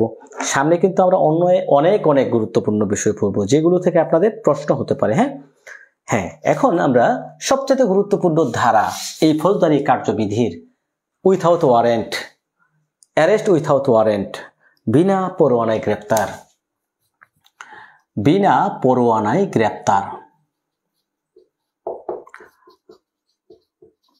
বলেন, বিনা পরোয়ানায় পুলিশ কখন একজন ব্যক্তিকে গ্রেপ্তার করতে পারে? মোট কয়টি ক্ষেত্রে? বিনা পরোয়ানায় মোট কয়টি ক্ষেত্রে পুলিশ অফিসার কোনো ব্যক্তিকে গ্রেপ্তার করতে পারে? দেখি কে পারেন। বিনা পরোয়ানায় গ্রেপ্তার করতে পারেন মোট কয়টি ক্ষেত্রে? এইটাই হতে পারে প্রশ্ন। এখান থেকে যদি প্রশ্ন হয় বিনা পরোয়ানায় গ্রেপ্তার কত ধারায় আছে, ফৌজদারি কার্যবিধির কত ধারায় বিনা পরোয়ানায় ফৌজদারি কার্যবিধির কত ধারায় বিনা পরোয়ানায় গ্রেপ্তারের বিধান বর্ণিত আছে? পাশাপাশি এখান থেকে প্রশ্ন হতে পারে যে বিনা পরোয়ানায় গ্রেপ্তার কয়টি ক্ষেত্রে করা যায়, মোট কয়টি ক্ষেত্রে বিনা পরোয়ানায় গ্রেপ্তার করা যায়? আসাদুল ইসলাম আসাদ কিন্তু আগের দিনেই পড়ে আছেন, আবুল কালাম আজাদ কিন্তু আগের দিনেই পড়ে আছেন। এখানে উত্তর হবে মোট 11টি ক্ষেত্রে।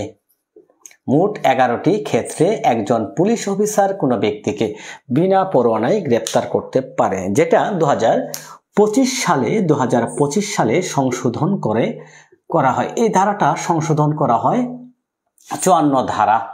এই যে 54 ধারা ফৌজদারি কার্যবিধির যে ক্ষমতা, একজন পুলিশকে অসীম ক্ষমতা এখানে দেওয়া হয়েছে। একজন পুলিশ অফিসার পূর্বে 9টি ক্ষেত্রে কোনো ব্যক্তিকে উইথাউট ওয়ারেন্টে গ্রেফতার করতে পারত, বাট 2025 সালের পরে এটা কিন্তু আরো বৃদ্ধি পেয়েছে, আরো 2টা।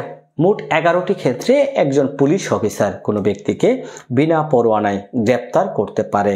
ভুলেও কেউ আর 9টি বলবেন না। হ্যাঁ, 9টি নয়, এখন 11টি।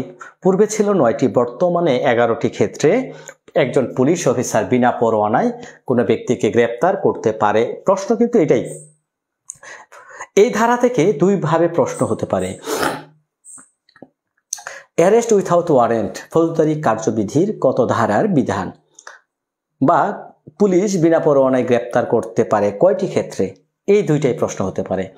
পুলিশ বিনা পরোয়ানায় গ্রেপ্তার করতে পারে মোট কয়টি ক্ষেত্রে? এই দুইটাই প্রশ্ন হতে পারে। পুলিশ বিনা পরোয়ানায় গ্রেপ্তার করতে পারে মোট কয়টি ক্ষেত্রে?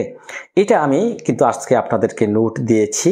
আপনারা দেখেছেন যে এই যে ফৌজদারি কার্যবিধির এখানে 54 ধারাটা সংশোধন করা হয়, পাশাপাশি 54 ক ধারা নামে আরেকটা ধারা সংযোজন করা হয়েছে। এখানে 54 ক ধারা এবং 54 ধারা, এই দুইটি ধারা কিন্তু খুবই গুরুত্বপূর্ণ। এই ধারাটা খুবই গুরুত্বপূর্ণ। সবাই কমেন্ট করে ফেলবেন, সবাই কমেন্ট করবেন। দেখেন একবার লেখা হচ্ছে 10 বার পড়ার চাইতে উত্তম। আপনারা যখন বারবার কমেন্ট করবেন এই বিষয়গুলো কিন্তু মেমোরিতে সেভ হয়ে যাবে। মোট কয়টি ক্ষেত্রে পুলিশ বিনা পরোয়ানায় গ্রেপ্তার করতে পারে কমেন্ট করবেন। তাহলে দেখেন উইথাউট ওয়ারেন্ট পুলিশ বিনা পরোয়ানায় গ্রেপ্তার করতে পারে এখন মোট 11টি ক্ষেত্রে সংশোধন করা হয়েছে 2025 সালে এবং 54 ক ধারা সংযোজন করা হয়েছে। এখন মোট 11টি ক্ষেত্রে এখানে কোন কোন ক্ষেত্রে পুলিশ বিনা পরোয়ানায় গ্রেপ্তার করতে পারে আমরা একটু দেখে নিই। এটা লিখিত পরীক্ষার প্রশ্ন। এখন দেখা যাচ্ছে প্রথমে বলছে পুলিশ অফিসারের সামনে যখন কোনো অপরাধ পুলিশ অফিসারের সম্মুখে বা সামনে যদি কোনো কি হয় আমলযোগ্য অপরাধ কেউ করে সামনে আমলযোগ্য অপরাধ সংগঠন হলে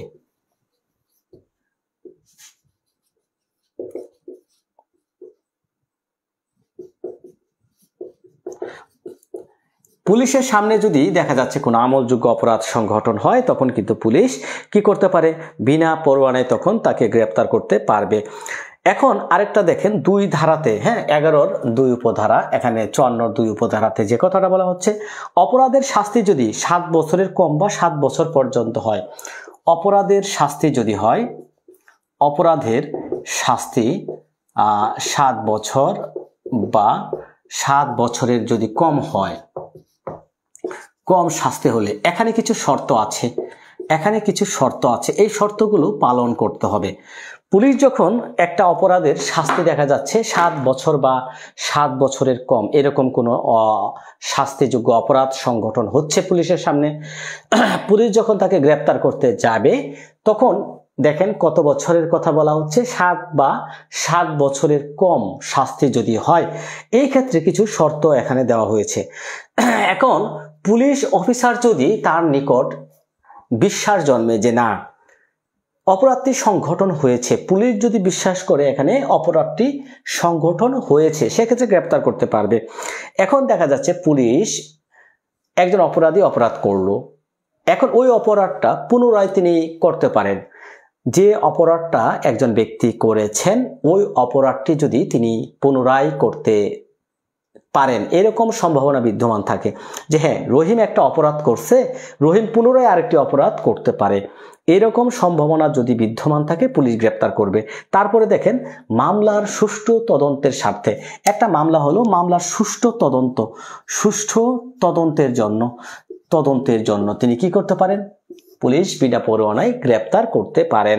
মামলার প্রমাণ যদি নষ্ট বা পরিবর্তন করার জন্য উদ্ভব হয় দেখা যাচ্ছে একজন আসামি কোনো মামলার প্রমাণ নষ্ট করতে পারে এই মামলার ঘটনা পরিবর্তন করতে পারে এই যে মামলার প্রমাণ সংরক্ষণ করার জন্য প্রতিরোধ করার জন্য তিনি কিন্তু ওই ব্যক্তিকে উইথাউট ওয়ারেন্টে গ্রেপ্তার করতে পারবেন। তাহলে কি বোঝাচ্ছে এখানে যে শর্তগুলোর মধ্যে পুলিশের নিকট কি হতে হবে বিশ্বাস হতে হবে যে হ্যাঁ এই অপরাধটা তিনি সংগঠন করেছেন এবং পুনরায় তিনি ওই অপরাধটা করতে পারেন। এমনকি মামলার সুষ্ঠু ন্যায় বিচার করার জন্য সুষ্ঠু তদন্ত করার জন্য যখন পুলিশ অফিসার কোনো ব্যক্তির একটা ঘটনা তদন্ত করতেছেন ওই তদন্তের বিঘ্ন হতে পারে আসামিকে যদি অ্যারেস্ট করানো হয় ওই অপরাধটার কি হতে পারে তদন্তে ব্যাঘাত ঘটতে পারে সমস্যা সৃষ্টি হতে পারে তখন কিন্তু গ্রেপ্তার করা যাবে। এমনকি দেখেন মামলার যদি প্রমাণ নষ্ট হওয়ার উপক্রম হয় আসামি দেখা যাচ্ছে প্রমাণ নষ্ট করতে পারে পরিবর্তন করতে পারে এমন পরিস্থিতির যখন সৃষ্টি হয় তখন কিন্তু বিনা পরোয়ানায় গ্রেপ্তার করতে পারবে। এখন দেখা যাচ্ছে আসামিকে বা সাক্ষীকে প্রলোভন দেখালো ভয়ভীতি দেখালো প্রতিশ্রুতি দেখালো এরকম পরিস্থিতি থেকে বিরত রাখার জন্য দেখা যাচ্ছে একজন অভিযুক্ত ব্যক্তি মামলার কোনো সাক্ষীকে ভয় দেখাচ্ছে বাদীকে ভয় দেখাচ্ছে প্রলোভন দেখাচ্ছে এইরকম পরিস্থিতিতেও কিন্তু পুলিশ বিনা ওয়ারেন্টে গ্রেপ্তার করতে পারবে। আদালতে উপস্থিত নিশ্চিত করার জন্য দেখা যাচ্ছে একজন আসামি আদালতে হাজির হবে না এই অপরাধটা করতেছে সেই আদালতে হাজির হবে না এমন ক্ষেত্রে আদালতের হাজিরা নিশ্চিত করার জন্য তাকে গ্রেপ্তার করা যাবে। এবং কেন গ্রেপ্তার করা হলো এই কারণগুলোর মধ্যে কেন গ্রেপ্তার করা হলো এই কারণগুলো অবশ্যই সকল লিখিত হতে হবে। তাহলে 54 ধারার এই 2টা ধারায় কিন্তু মূলত এখানে সংযোজন কোনো অপরাধ সংগঠন হয়। আমরা কিন্তু প্রথম দেখেছিলাম যখন 9টা ছিল যে কগনিজেবল অফেন্সের ক্ষেত্রে পুলিশ উইথাউট ওয়ারেন্টে গ্রেপ্তার করতে পারে, মানে আমলযোগ্য অপরাধ হলেই পুলিশ গ্রেপ্তার করতে পারবে। তবে এখানে কি বলা হচ্ছে, পুলিশের সামনে যদি আমলযোগ্য অপরাধ হয় তখন গ্রেপ্তার করতে পারবে, এবং অপরাধের শাস্তি যদি হয় 7 বছর বা 7 বছরের কম, এই ক্ষেত্রে কিছু শর্ত মেনটেন করতে হবে। শর্তগুলো কি? পুলিশ কর্মকর্তার নিকট বিশ্বাস জন্মাতে হবে যে হ্যাঁ, অপরাধটি সংঘটিত হয়েছে, অথবা এই অপরাধটি তিনি পুনরায় সংগঠন করতে পারেন। এমনও হতে পারে যে মামলার সুষ্ঠু তদন্তের জন্য, এমনও হতে পারে মামলার প্রমাণ নষ্ট হয়ে যাওয়ার উপক্রম আছে, এমনও হতে পারে যে ওই অভিযুক্ত ব্যক্তি মামলার সাক্ষী, বাদী বা অন্য কোনো ব্যক্তিকে প্রলোভন, ভীতি প্রদর্শন, প্রতিশ্রুতির মাধ্যমে মামলার যে মূল তদন্ত সেটাকে ব্যাঘাত ঘটাতে পারে। এমনও হতে পারে আদালতের হাজিরা দেওয়া নিশ্চিত করার জন্য, আদালতের উপস্থিতি নিশ্চিত করার জন্য তাকে গ্রেপ্তার করা যাবে। অবশ্যই এই সকল ক্ষেত্রে অবশ্যই কি করতে হবে, অবশ্যই এই কারণগুলো লিপিবদ্ধ করে পুলিশ উইথাউট ওয়ারেন্টে একজন ব্যক্তিকে গ্রেপ্তার করতে পারবে। আর বাকিগুলো সব সেমই আছে। যেমন ধরা যাক গুরুতর অপরাধের ক্ষেত্রে অপরাধীর শাস্তি যদি 7 বছরের অধিক বা মৃত্যুদণ্ড যোগ্য হয়, গুরুতর অপরাধের ক্ষেত্রে অবশ্যই অপরাধের শাস্তি 7 বছরের ঊর্ধ্বে হলে যে কোনো মুহূর্তে গ্রেপ্তার করা যাবে। অপরাধটি যদি হয় গুরুতর, যদি গুরুতর প্রকৃতির অপরাধ হয়, দেখা যাচ্ছে গুরুতর প্রকৃতির অপরাধ, যে অপরাধের জন্য আসামিকে গ্রেপ্তার করা হবে তার শাস্তি সর্বোচ্চ 7 বছরের ঊর্ধ্বে, 7 বছরের অধিক, তখন কিন্তু বিনা পরোয়ানায় গ্রেপ্তার করা যাবে। তারপরে দেখেন, যদি কোনো ব্যক্তির নিকট ঘর ভাঙার জন্য কোনো যন্ত্র পাওয়া যায়, কোনো ব্যক্তির নিকট যদি চোরাই মাল থাকে, ঘর ভাঙার যন্ত্র, চোরাই মাল, সশস্ত্র বাহিনী থেকে যদি কোনো ব্যক্তি পলায়ন করে তাকে গ্রেপ্তার করা যাবে। বাংলাদেশের বাহিরে, বাংলাদেশের আমলযোগ্য, দেখা যাচ্ছে আপনি বাংলাদেশের বাহিরে একটা অপরাধ করলেন, যে অপরাধটা বাংলাদেশের ভেতরে আমলযোগ্য, সে কারণে আপনি পুলিশ তাকে গ্রেপ্তার করতে পারবে। মুক্তিপ্রাপ্ত ব্যক্তি যদি দেখা যাচ্ছে 565(3) ধারার কিছু শর্ত, এই শর্ত লঙ্ঘন করে এবং যে ব্যক্তিকে গ্রেপ্তার করতে অন্য কোনো থানা থেকে কি করা হয়, অনুরোধ করা হয়। এই যে আমরা মোট 11টি ক্ষেত্র আমরা দেখলাম, পূর্বে ছিল সেটা কয়টি? পূর্বে ছিল 9টি। তবে এর মধ্যে উল্লেখযোগ্য কি কি আমরা দেখলাম? উল্লেখযোগ্য কোনগুলো? এখানে উল্লেখযোগ্য কোনগুলো আমরা দেখলাম, বলেন তো দেখি উল্লেখযোগ্য কোনগুলো? উল্লেখযোগ্য আমরা প্রথম যে 3টা দেখলাম, এই 3টাই হচ্ছে সবচেয়ে গুরুত্বপূর্ণ এবং উল্লেখযোগ্য। হ্যাঁ, উল্লেখযোগ্য কোনগুলো? এই যে পুলিশের সামনে যদি কগনিজেবল অফেন্সের কোনো অপরাধ সংঘটিত হয় এবং অপরাধের শাস্তি যদি দেখা যাচ্ছে 7 বছর বা তার কম হয়, 5টি শর্তের কথা বললাম। হ্যাঁ, এবং অপরাধটি যদি গুরুতর হয়, এই 3টি কিন্তু এখানে অ্যাড করা হয়েছে। তারপরে যে আগের যেগুলো সেইগুলোই মোট 11টি। দেখা যাচ্ছে কোনো ঘর ভাঙার সরঞ্জাম, হ্যাঁ, ইমপ্লিমেন্ট অফ হাউস ব্রেকিং, তারপর যে প্রক্লামেট অফেন্ডার, অপরাধী বলে ঘোষিত কোনো ব্যক্তিকে গ্রেপ্তার করা যাবে। চোরাই মাল, যদি কোনো স্টোলেন প্রপার্টি যদি কোনো ব্যক্তির বাড়িতে বা কারো নিকট পাওয়া যায়, তাকে পুলিশ উইথাউট ওয়ারেন্টে গ্রেপ্তার করতে পারবে। পুলিশ অফিসারের কাজে বাধা দিলে, আইনসঙ্গত হেফাজত থেকে পলায়নের চেষ্টা করলে পুলিশ গ্রেপ্তার করতে পারবে। সশস্ত্র বাহিনী থেকে যদি কেউ পলায়ন করে চলে আসে, উইথাউট ওয়ারেন্টে গ্রেপ্তার করা যাবে। বাংলাদেশের বাহিরে একটা আউট অফ বাংলাদেশে কোনো অপরাধ করলেন যেটা বাংলাদেশের আইনে আমলযোগ্য, তখন গ্রেপ্তার করা যাবে, যাকে গ্রেপ্তারের জন্য অন্য কোনো থানা থেকে অনুরোধ করা হয়েছে। আপনাদের অ্যাসাইনমেন্ট কালকে এটা সবগুলো লিখবেন, পাঠাবেন। হ্যাঁ, গুরুত্বপূর্ণ। এখন আমরা দেখব, চলুন 54 ধারার যে এ নামে একটা ধারা এখানে সংযোজন করা হয়েছে, 54 এ। এই 54 এ ধারাটা আমরা একটু দেখব।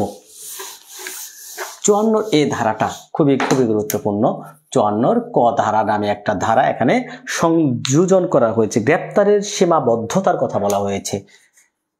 গ্রেপ্তারের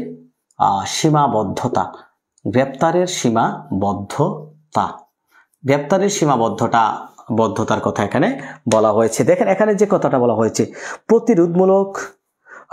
প্রতিরোধমূলক মানে হ্যাঁ, গ্রেপ্তারের সীমাবদ্ধতা ওই ধারাতেই বলা হচ্ছে, 54 ধারাতেই শেষে একটা ব্যাখ্যাতে বলা হয়েছে, প্রতিরোধমূলক আটক আইনের উদ্দেশ্যে গ্রেপ্তার করা যাবে না। এই যে দেখা যাচ্ছে প্রতিরোধমূলক আটক আইনের ক্ষেত্রে এটা গ্রেপ্তার করা যাবে না। তবে 54 ক ধারাতে যে কথাটা আমরা বলছি যে এখানে গ্রেপ্তারের গ্রেপ্তারের কারণটা কি, গ্রেপ্তারের কারণের কথা বলা হচ্ছে। গ্রেপ্তারের কারণ 54 ক গ্রেপ্তারের কারণের কথা বলা হচ্ছে। গ্রেপ্তারের কারণ, এই যে গ্রেপ্তারের কারণটা কি, এখানে 54 ধারাতে দেখবেন বিনা পরোয়ানায় গ্রেপ্তারের ক্ষেত্রে পুলিশ অফিসার অভিযুক্ত ব্যক্তি গ্রেপ্তারের কারণ অবহিত করবেন। গ্রেপ্তারের কারণ অবহিত করা এইভাবে পড়বেন।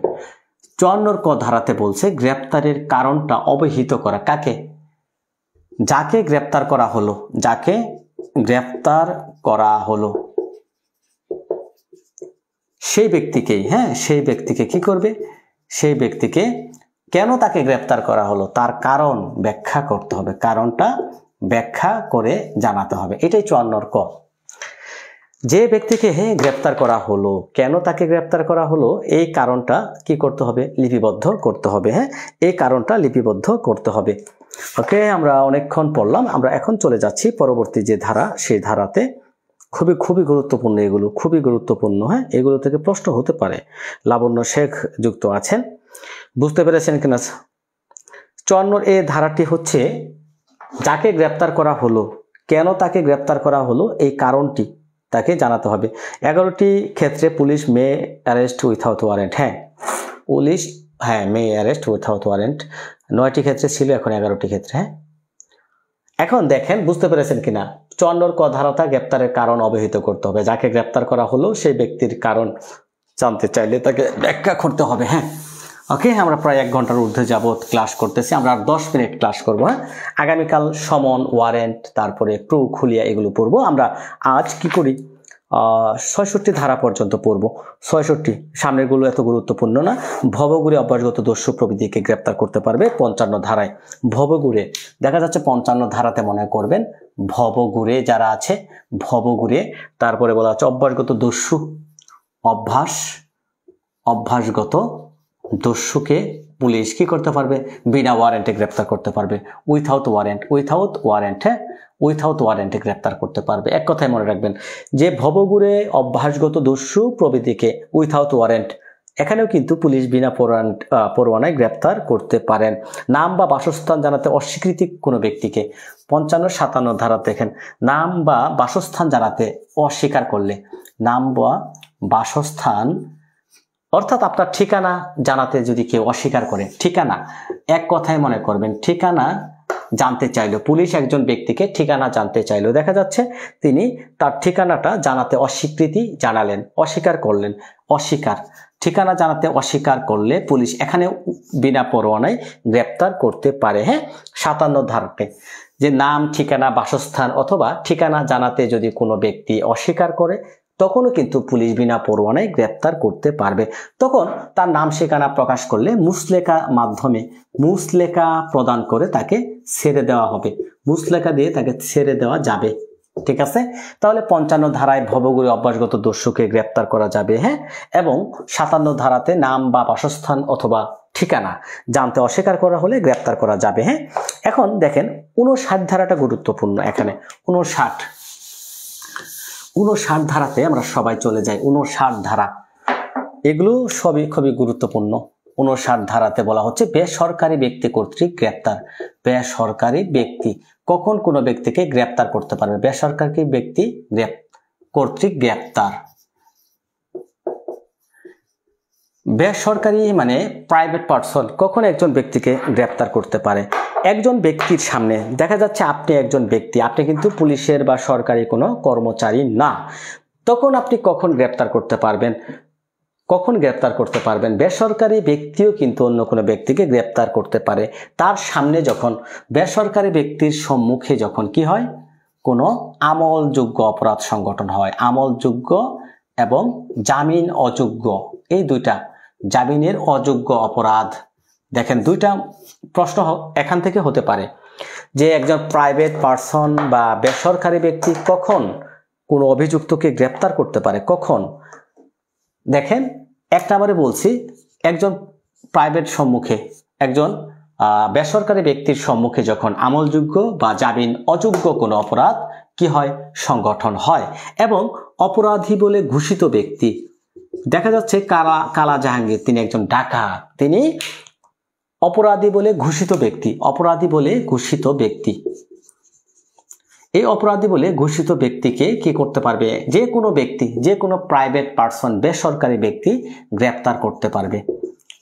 কত ধারার ক্ষমতা বলে? 59 ধারা। 59 ধারাতে কি বলা হচ্ছে, যে কোনো আমলযোগ্য অপরাধ অথবা জামিনের অযোগ্য অপরাধ সংগঠন দেখা যাচ্ছে কে করলো, করিমের সামনে দেখা যাচ্ছে করিম একজন ব্যক্তি, করিমের সামনে অন্য কোনো ব্যক্তি কি করলো, আমল অযোগ্য মানে গুরুতর একটা অপরাধ সংগঠন করলো, যে অপরাধটা আমলযোগ্য, কগনিজেবল অফেন্স, এবং ওই অপরাধটা করলো সেটা জামিনযোগ্য না, তখন কিন্তু যে কোনো প্রাইভেট ব্যক্তি গ্রেপ্তার করতে পারে। আপনারা দেখবেন দেখা যাচ্ছে কোনো খুন হলে বা কোনো হত্যাকাণ্ড সংগঠন হলে যিনি হত্যা করলে তাকে কিন্তু গ্রেপ্তার করে ফেলে, পাবলিকে ধরে কি করে গাছের সাথে বাইন্ধে রাখে, এরকম অবস্থা। চুরি করলে গাছের সাথে বাইন্ধে রাখে, তবে মারা যাবে না, মারলে কিন্তু আপনার নিজের ক্ষতি হয়ে যাবে, তখন নিজের বিরুদ্ধে মামলা হয়ে যাবে। তাহলে বেসরকারি ব্যক্তি কখন গ্রেপ্তার করতে পারেন, আমলযোগ্য বা জামিনের অযোগ্য বা অপরাধী বলে ঘোষিত কোনো ব্যক্তি যখন থাকে, যে কোনো ব্যক্তি গ্রেপ্তার করতে পারবে। এই গ্রেপ্তারের পরে কিন্তু আপনার কিছু পদ্ধতি আছে, এই গ্রেপ্তারের পরে কিছু পদ্ধতি আছে। তৎক্ষণাৎ স্থানীয় থানায় তাকে নিয়ে যাইতে হবে। হ্যাঁ, 60 ধারাতে ওটা বলছে।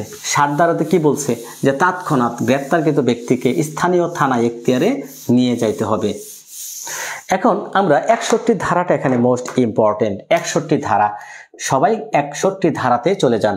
গ্রেপ্তারকৃত ব্যক্তিকে 24 ঘন্টার বেশি আটক রাখা যাবে না। এই যে উইথাউট ওয়ারেন্ট, বিনা পরোয়ানায় যে গ্রেপ্তারের কথা বললাম, বিনা পরোয়ানায় গ্রেপ্তার, উইথাউট ওয়ারেন্ট,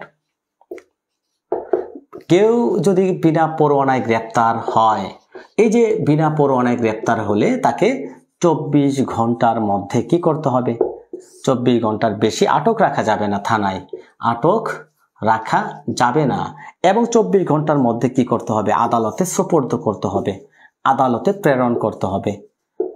প্রশ্ন কিন্তু এখান থেকে হয়, আমার 81 ধারাটা এখান থেকে মনে রাখবেন, যে ওয়ারেন্ট বলে যদি কোনো ব্যক্তি গ্রেপ্তার হয় তাকে কতক্ষণ রাখা যাবে, ওয়ারেন্টভুক্ত আসামিকে 81 ধারায় 24, এখানে দেখেন 61 ধারায় বলা হচ্ছে 24 ঘন্টার বেশি তাকে আটক রাখা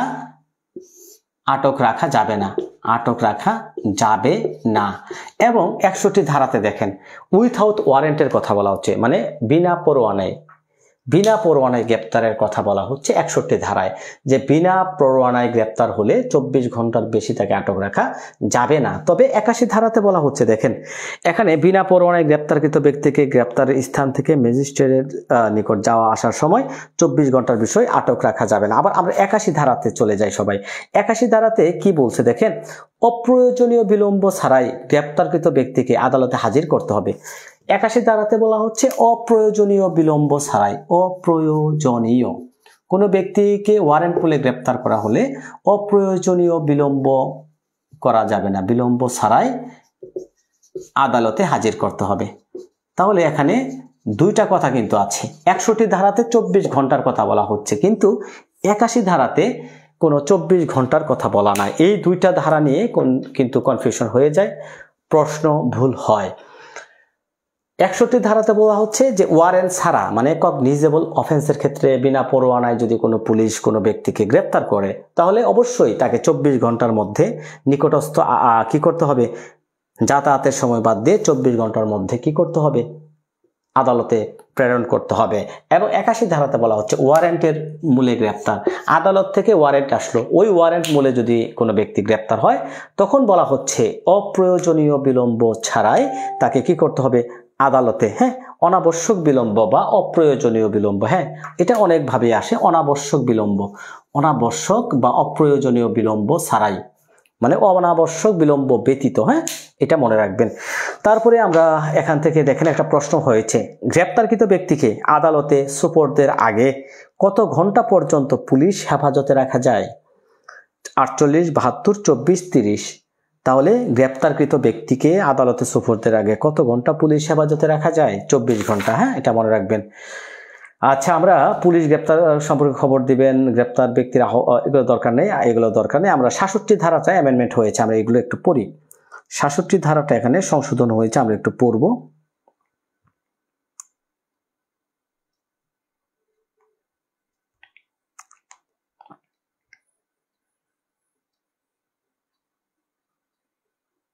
যাক, আজকে আর পড়ি না, কি বলি, আজকে আর পড়ি না, আগামীকাল পড়ব।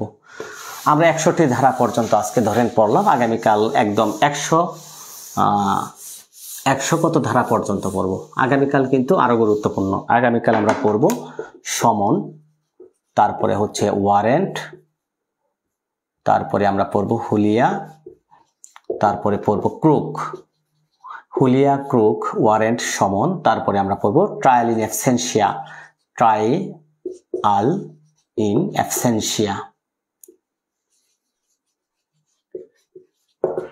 কয়েকটা বিষয় পড়ব, হুলিয়া, ক্রুক, সমন, ওয়ারেন্ট। হ্যাঁ, তাহলে আমরা সমন পড়ব, সমন, ওয়ারেন্ট, ওয়ারেন্ট কি, তারপরে আমরা পড়ব হুলিয়া, তারপরে আমরা পড়ব ক্রুক, তারপরে আমরা পড়ব আগামীকাল হুলিয়া, crook, trial in absentia, trial in absentia.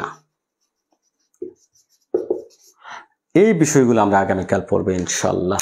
এবং সাথে আমরা সার্চ ওয়ারেন্ট পড়ব, সার্চ ওয়ারেন্ট। এটা হচ্ছে আগামীকাল। আগামীকাল তো রবিবার, সরি সোমবারে, আগামীকাল কোনো ক্লাস নেই। এই যে আমরা আগামীকালকে আপনাদের অ্যাসাইনমেন্ট দিয়ে দিচ্ছি, আগামীকাল হচ্ছে আপনাদের অ্যাসাইনমেন্ট। আগামীকাল আপনাদেরকে পরীক্ষাও দিতে হবে, পরীক্ষা। আগামীকাল রবিবার হচ্ছে আপনাদের পরীক্ষা, রবিবার এক্সাম। কয়টায়? রাত 10টা, রাত 10 ঘটিকা। ফৌজদারি কার্যবিধি, ফৌজদারি কার্যবিধি 1898 ধারা 1 থেকে 61 পর্যন্ত সিরিয়াস ভাবে পড়তে হবে, গুরুত্ব সহকারে পড়তে হবে। যেখান থেকে প্রশ্ন হোক, যেভাবে প্রশ্ন হোক, যেন উত্তর করতে পারেন। এবং আপনাদের অ্যাসাইনমেন্ট দিতে হবে আগামীকাল। এবং সমন, ওয়ারেন্ট, হুলিয়া, crook, trial in absentia, search warrant, এই ক্লাসটা হবে সোমবার, সোমবার রাত 10টা। সোমবার রাত 10টায় ক্লাস পারি না ভাই, 11টা, কারণ কোর্ট যেদিন খোলা থাকে, আমি আসলে সারাদিন ব্যস্ত থাকি। তাহলে রুটিনটা দিয়ে দিচ্ছি। এটা হচ্ছে আগামীকালকে আপনাদের রবিবার এক্সাম, রাত 10 ঘটিকার সময়, ফৌজদারি কার্যবিধি 1898 ধারা 1 থেকে 161 পর্যন্ত। এবং পরবর্তী ক্লাস সোমবার রাত 11 ঘটিকার সময়।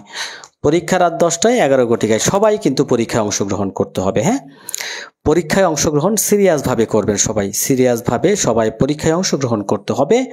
এবং আগামীকালকে আপনারা সবাই আজকে যা পড়ালাম, অর্থাৎ 1 ধারা থেকে সবাই চেষ্টা করবেন 61 ধারা পর্যন্ত আবার পুনরায় লেখার। স্যার, আগের পরীক্ষার উত্তরটা গ্রুপে দিয়েন। আচ্ছা, আগে মুখে সব বাদ, এখন থেকে নতুন স্টাইলে আমরা শুরু করেছি, নতুন নিয়মে পরীক্ষা হবে, নতুনভাবে। পরীক্ষার আধা ঘন্টার মধ্যেই আপনারা উত্তরপত্র পেয়ে যাবেন, পরীক্ষার আধা ঘন্টার মধ্যেই। পরীক্ষার টাইম হবে মাত্র 30 মিনিট, 10টা 30-এই কিন্তু উত্তরপত্র দেওয়া হবে, 10টা 30-এই উত্তরপত্র আপনারা পেয়ে যাবেন আগামীকাল। এবং আগামীকালকের পরীক্ষায় সবাই অংশগ্রহণ করবেন। ওকে স্যার, আগের পরীক্ষার উত্তরটা গ্রুপে দিয়েন, অবশ্যই। আর আগে দিয়েন না, এখন থেকে নতুন স্টাইলে আমরা যারা শুরু করেছি ফৌজদারি কার্যবিধি দিয়ে, ইনশাল্লাহ ফৌজদারি শেষ করে আমরা ধরবো একটা ছোট আইন, তারপর আরেকটা বড় আইন, তারপর আরেকটা ছোট আইন। এইভাবে কিন্তু আমরা আমাদের যে সেরা প্রস্তুতি, 3 মাসের যে মহাযুদ্ধ, এই যুদ্ধের যে প্রস্তুতি ইনশাল্লাহ আমরা সম্পন্ন করব। আমার একটাই কথা, আজকে আমি যা পড়ালাম, এই পড়াটা যেন আগামীকাল কমপক্ষে 2 থেকে 3 ঘন্টা আপনারা বাসায় পড়েন, বাসায় লিখেন। এটাই হচ্ছে আমার আপনাদের নিকট পরামর্শ থাকলেও অবশ্যই আপনারা কি করবেন, নিয়মিতভাবে কিন্তু সিরিয়াসভাবে যারা আইনজীবী হতে চাচ্ছেন, আগামীকাল সকালে ঘুম থেকে উঠে 2 ঘন্টা আমি আজকে যা পড়ালাম একদম এক ধারা থেকে শুরু করে 61 ধারা পর্যন্ত পড়বেন। আবার সন্ধ্যার পরে আবার 1 থেকে 61 ধারা পর্যন্ত পড়বেন। 2 বার পড়বেন সন্ধ্যার পরে। কালকে পরীক্ষা, সন্ধ্যার পর থেকে রাত 10টা পর্যন্ত কমপক্ষে 2 বার লিখবেন, 2 বার 3 বার পড়বেন।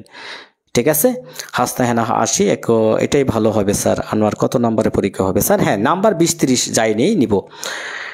তাহলে আগামী কাল পরীক্ষা, এক্সাম কিভাবে নেবেন আমাদের একটু জানাবেন, ভালো হয়। আমরা যারা নিউ এক্সাম বলতে আমি গ্রুপে প্রশ্ন দেব। আপনারা খাতা থাকলে খাতা, বা যদি আপনাদের ওএমআর সিট থাকে, আমাদের যে ওএমআর সিট আছে আমরা দিয়ে দেব পিডিএফ করে। ওএমআর সিটে দিবেন, ওএমআর সিট, বা যারা খাতা আছে দেখা যাচ্ছে আপনি খাতাতে লিখবেন 1 নং প্রশ্নের উত্তর আপনার কি মনে হবে, ক হলে ক লিখবেন। 2 নং প্রশ্নের উত্তর কি মনে হবে, খ হলে খ লিখবেন, স্পষ্ট করে লিখবেন। 3 নং প্রশ্নের উত্তর কি হবে, তবে ABCD দিয়ে লিখবেন, ABCD, A অথবা B, তারপরে কি হবে D, 4 নাম্বার কি হবে C, যা মনে হয় এইভাবে লিখে ছবি তুলে পাঠিয়ে দিবেন আমার পার্সোনাল হোয়াটসঅ্যাপে। হ্যাঁ, এটাই হচ্ছে যারা নতুন তাদের উদ্দেশ্যে।